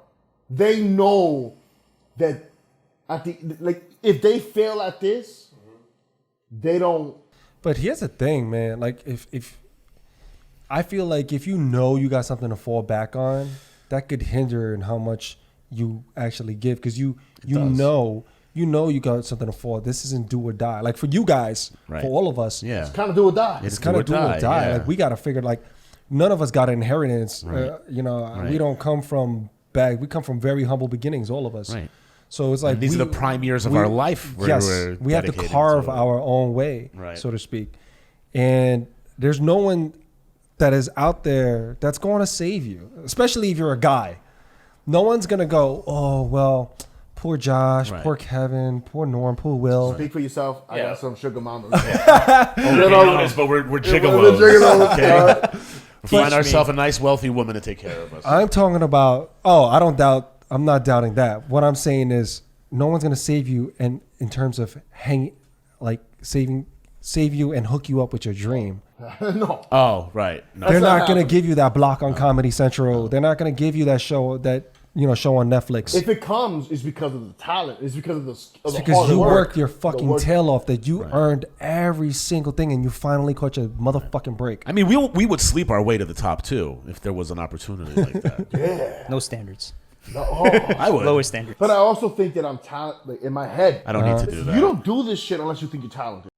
You don't fucking. You have to have some sort of self-belief. You know how many? Listen, I bomb a lot. Mostly because I'm trying shit, right? And like I understand, like you can't get better unless like you're fucking failing at something, and then like. That's all good. Shut the fuck up, bro. No, they out there saving somebody. Actually, that sounds like a fire truck. It's a fire truck. It's my Corona. You know what Uber. that fire truck is? That's a 700-pound person upstairs on the 11th floor who just found out he has COVID-19 and is having trouble breathing. But it took him 10 days to really figure that out. Right? Because he was like, this is my normal breath. And then like he was taking one breath every 10 minutes. So. Go. Kevin, why are you giving him the gist of our screenplay though? No, we really are. We have a really good idea. It's about a 700-pound person who gets stuck in their house during the coronavirus. Okay. And then they're literally like bedridden, but they can't access their food because like they live with their father and he goes away, and now the virus has taken over, and they basically. I came up with this concept, and me and Kevin penned it out because. I was like, if someone's like 700 or 800 pounds and they're stuck in a room, if nobody goes and gets them food, they're going to lose the weight. So the whole movie is the dude to get from one room to the other. He's slowly starving to death, but he can live for like a month and a half. He's got 700 pounds worth of calories. And then slowly, eventually, he gets down to a weight big enough so he can leave the house and get food. That's definitely comedic logic. Because if a 700-pound person didn't eat for a month and a half, it'd be dead. You think so? Absolutely. I don't think so. I'd like to bet you money on. Well, that. is he drinking water? Is he drinking water? Yeah. At least, He's at least water. maybe his own urine. Okay. You can survive. No, you can Just in survive. a constant recycling. Wasn't there a movie like You 100? cannot drink your own urine days or something for like that? 60 days. For 60 days? You can't. Well, you have to. You can drink your own urine. for 60 days. You're poisoning. That's liver poison. No, Well, there was a story about that. You know, you ever hear of Eritreans? No. Okay, so like there's like gurus in India who claim that they don't eat, they just breathe, and like they've tried to document this and they've had it for like months at a clip where you don't see That's these people fine, eating. but this person is not trained to do that. It's not a monk. You know, Will, stop bashing my dream, you bastard. No, what I'm saying, it's It's movie logic. inspirational. It's comedic logic. It's fine. It'll work. Yeah, it'll work. Yeah, It'll it's, work. but if we're talking like some real hard science on it. This you is know, a like- this is a sci-fi fantasy movie, right? Well, I'm gonna do it this way. The two alternate endings I've thought of. One of them. Wait, is, don't give it away. Okay, let them steal it. All right. The building catches on fire, and the woman or delivery person that this person's love interest is, who loves, now that he's lost all his weight, he has all this excess skin. The building is on fire. He shields her with his Oh, skin my gosh. and takes her down the stairs. It saves her. Or he jumps out of the window like a flying squirrel, and he loves his way down. Wow. I like the burning building. You would think that you would have some empathy for people that used to be overweight. Oh no, fat people are disgusting. No, listen. You guys know I used No, to be you used to be a fat. big No, boy, I have sympathy for them, but now may the corona take No, them. I yeah, a lot of people say that. I'm seeing like a lot of like, these fat people. It's these fat people that are dying from COVID, It's true, man. and that they should have known. Then rather than to use yours, they say disgusting. Yeah. And like not just a little overweight. I get it. Like Yeah. I get my days. You're talking about the But guy stuck talk in about, his like, bedroom. Yeah, to that level. Like, how do you even get there? How do you arrive at that Because point? there's an enabler. There's some piece of shit who's bringing this 800-pound behemoth Yeah, buckets because of they can't chicken. move. They can't move around. Yeah, no, so that's, how they? That's the how point they of eating, right? the thing. It's like if no one's there to supply food for this person, Yeah. they're gonna be forced to drink their urine and lose weight. Holy shit. All right. On that note,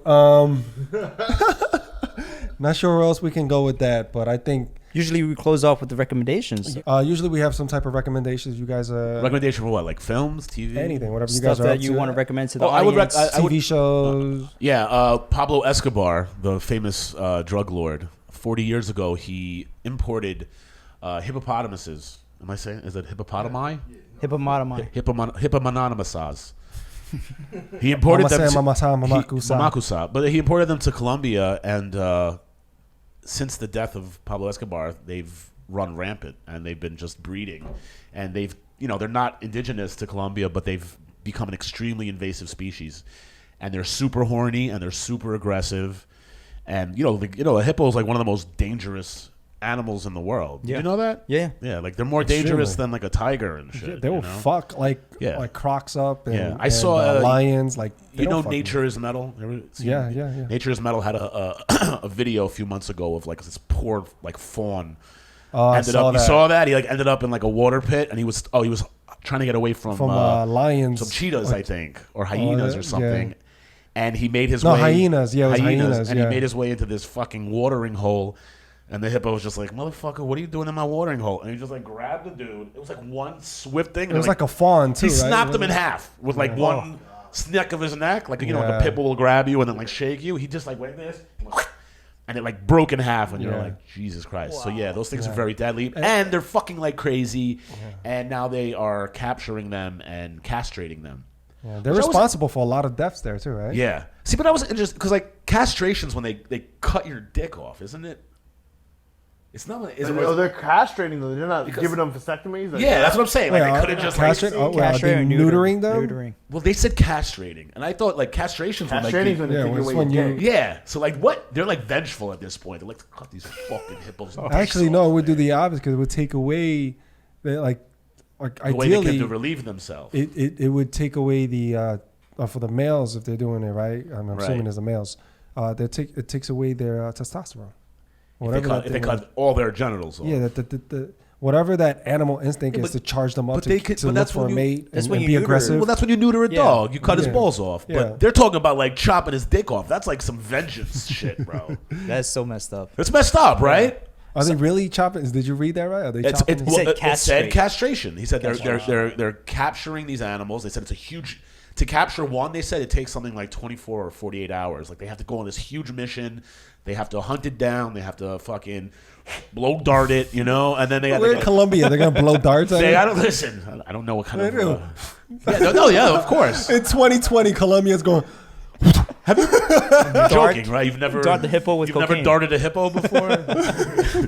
But yeah, so please fight for the hippos. Let's try to save their penises from being chopped off. Cut their balls off. Yeah, Kevin. Look up our podcast, Low End Gigolos. Low End Gigolos. Yeah. Low End Gigolos. Where can they find you? LowEndGigolos.com for the free episodes. www.patreon.com/LowEndGigolos for the bonus content. You gotta pay for that though. Yes, like $5.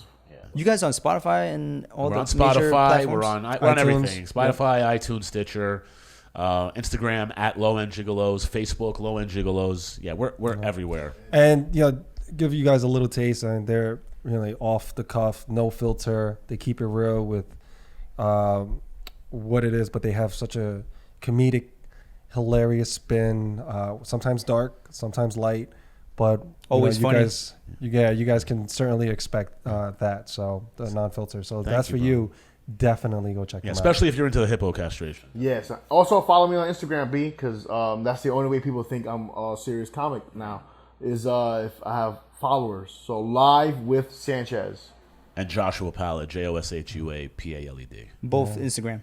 Yeah. Correct. It's crazy how Instagram has become like a fucking business card. Yeah. You know, right? It's easy. I mean, it's on your phone, right? So anyone can have it on your phone. It's instant, right?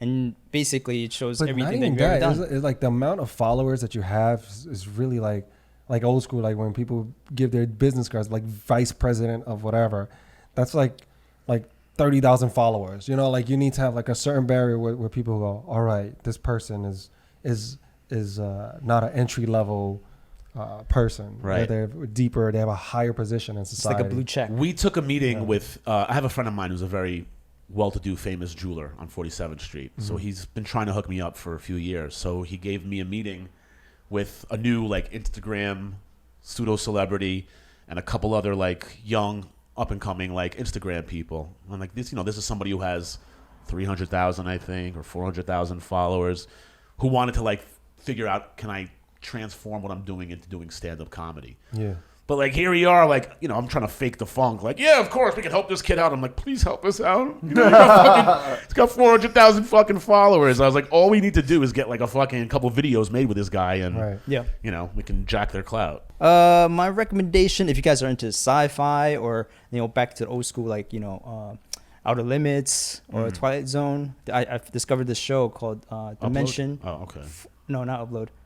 Which is also a good show. Right. The show that I'm talking about is Dimension 404. Oh, Dimension 404? Dimension 404. Where's that on? Yeah, it's on Hulu.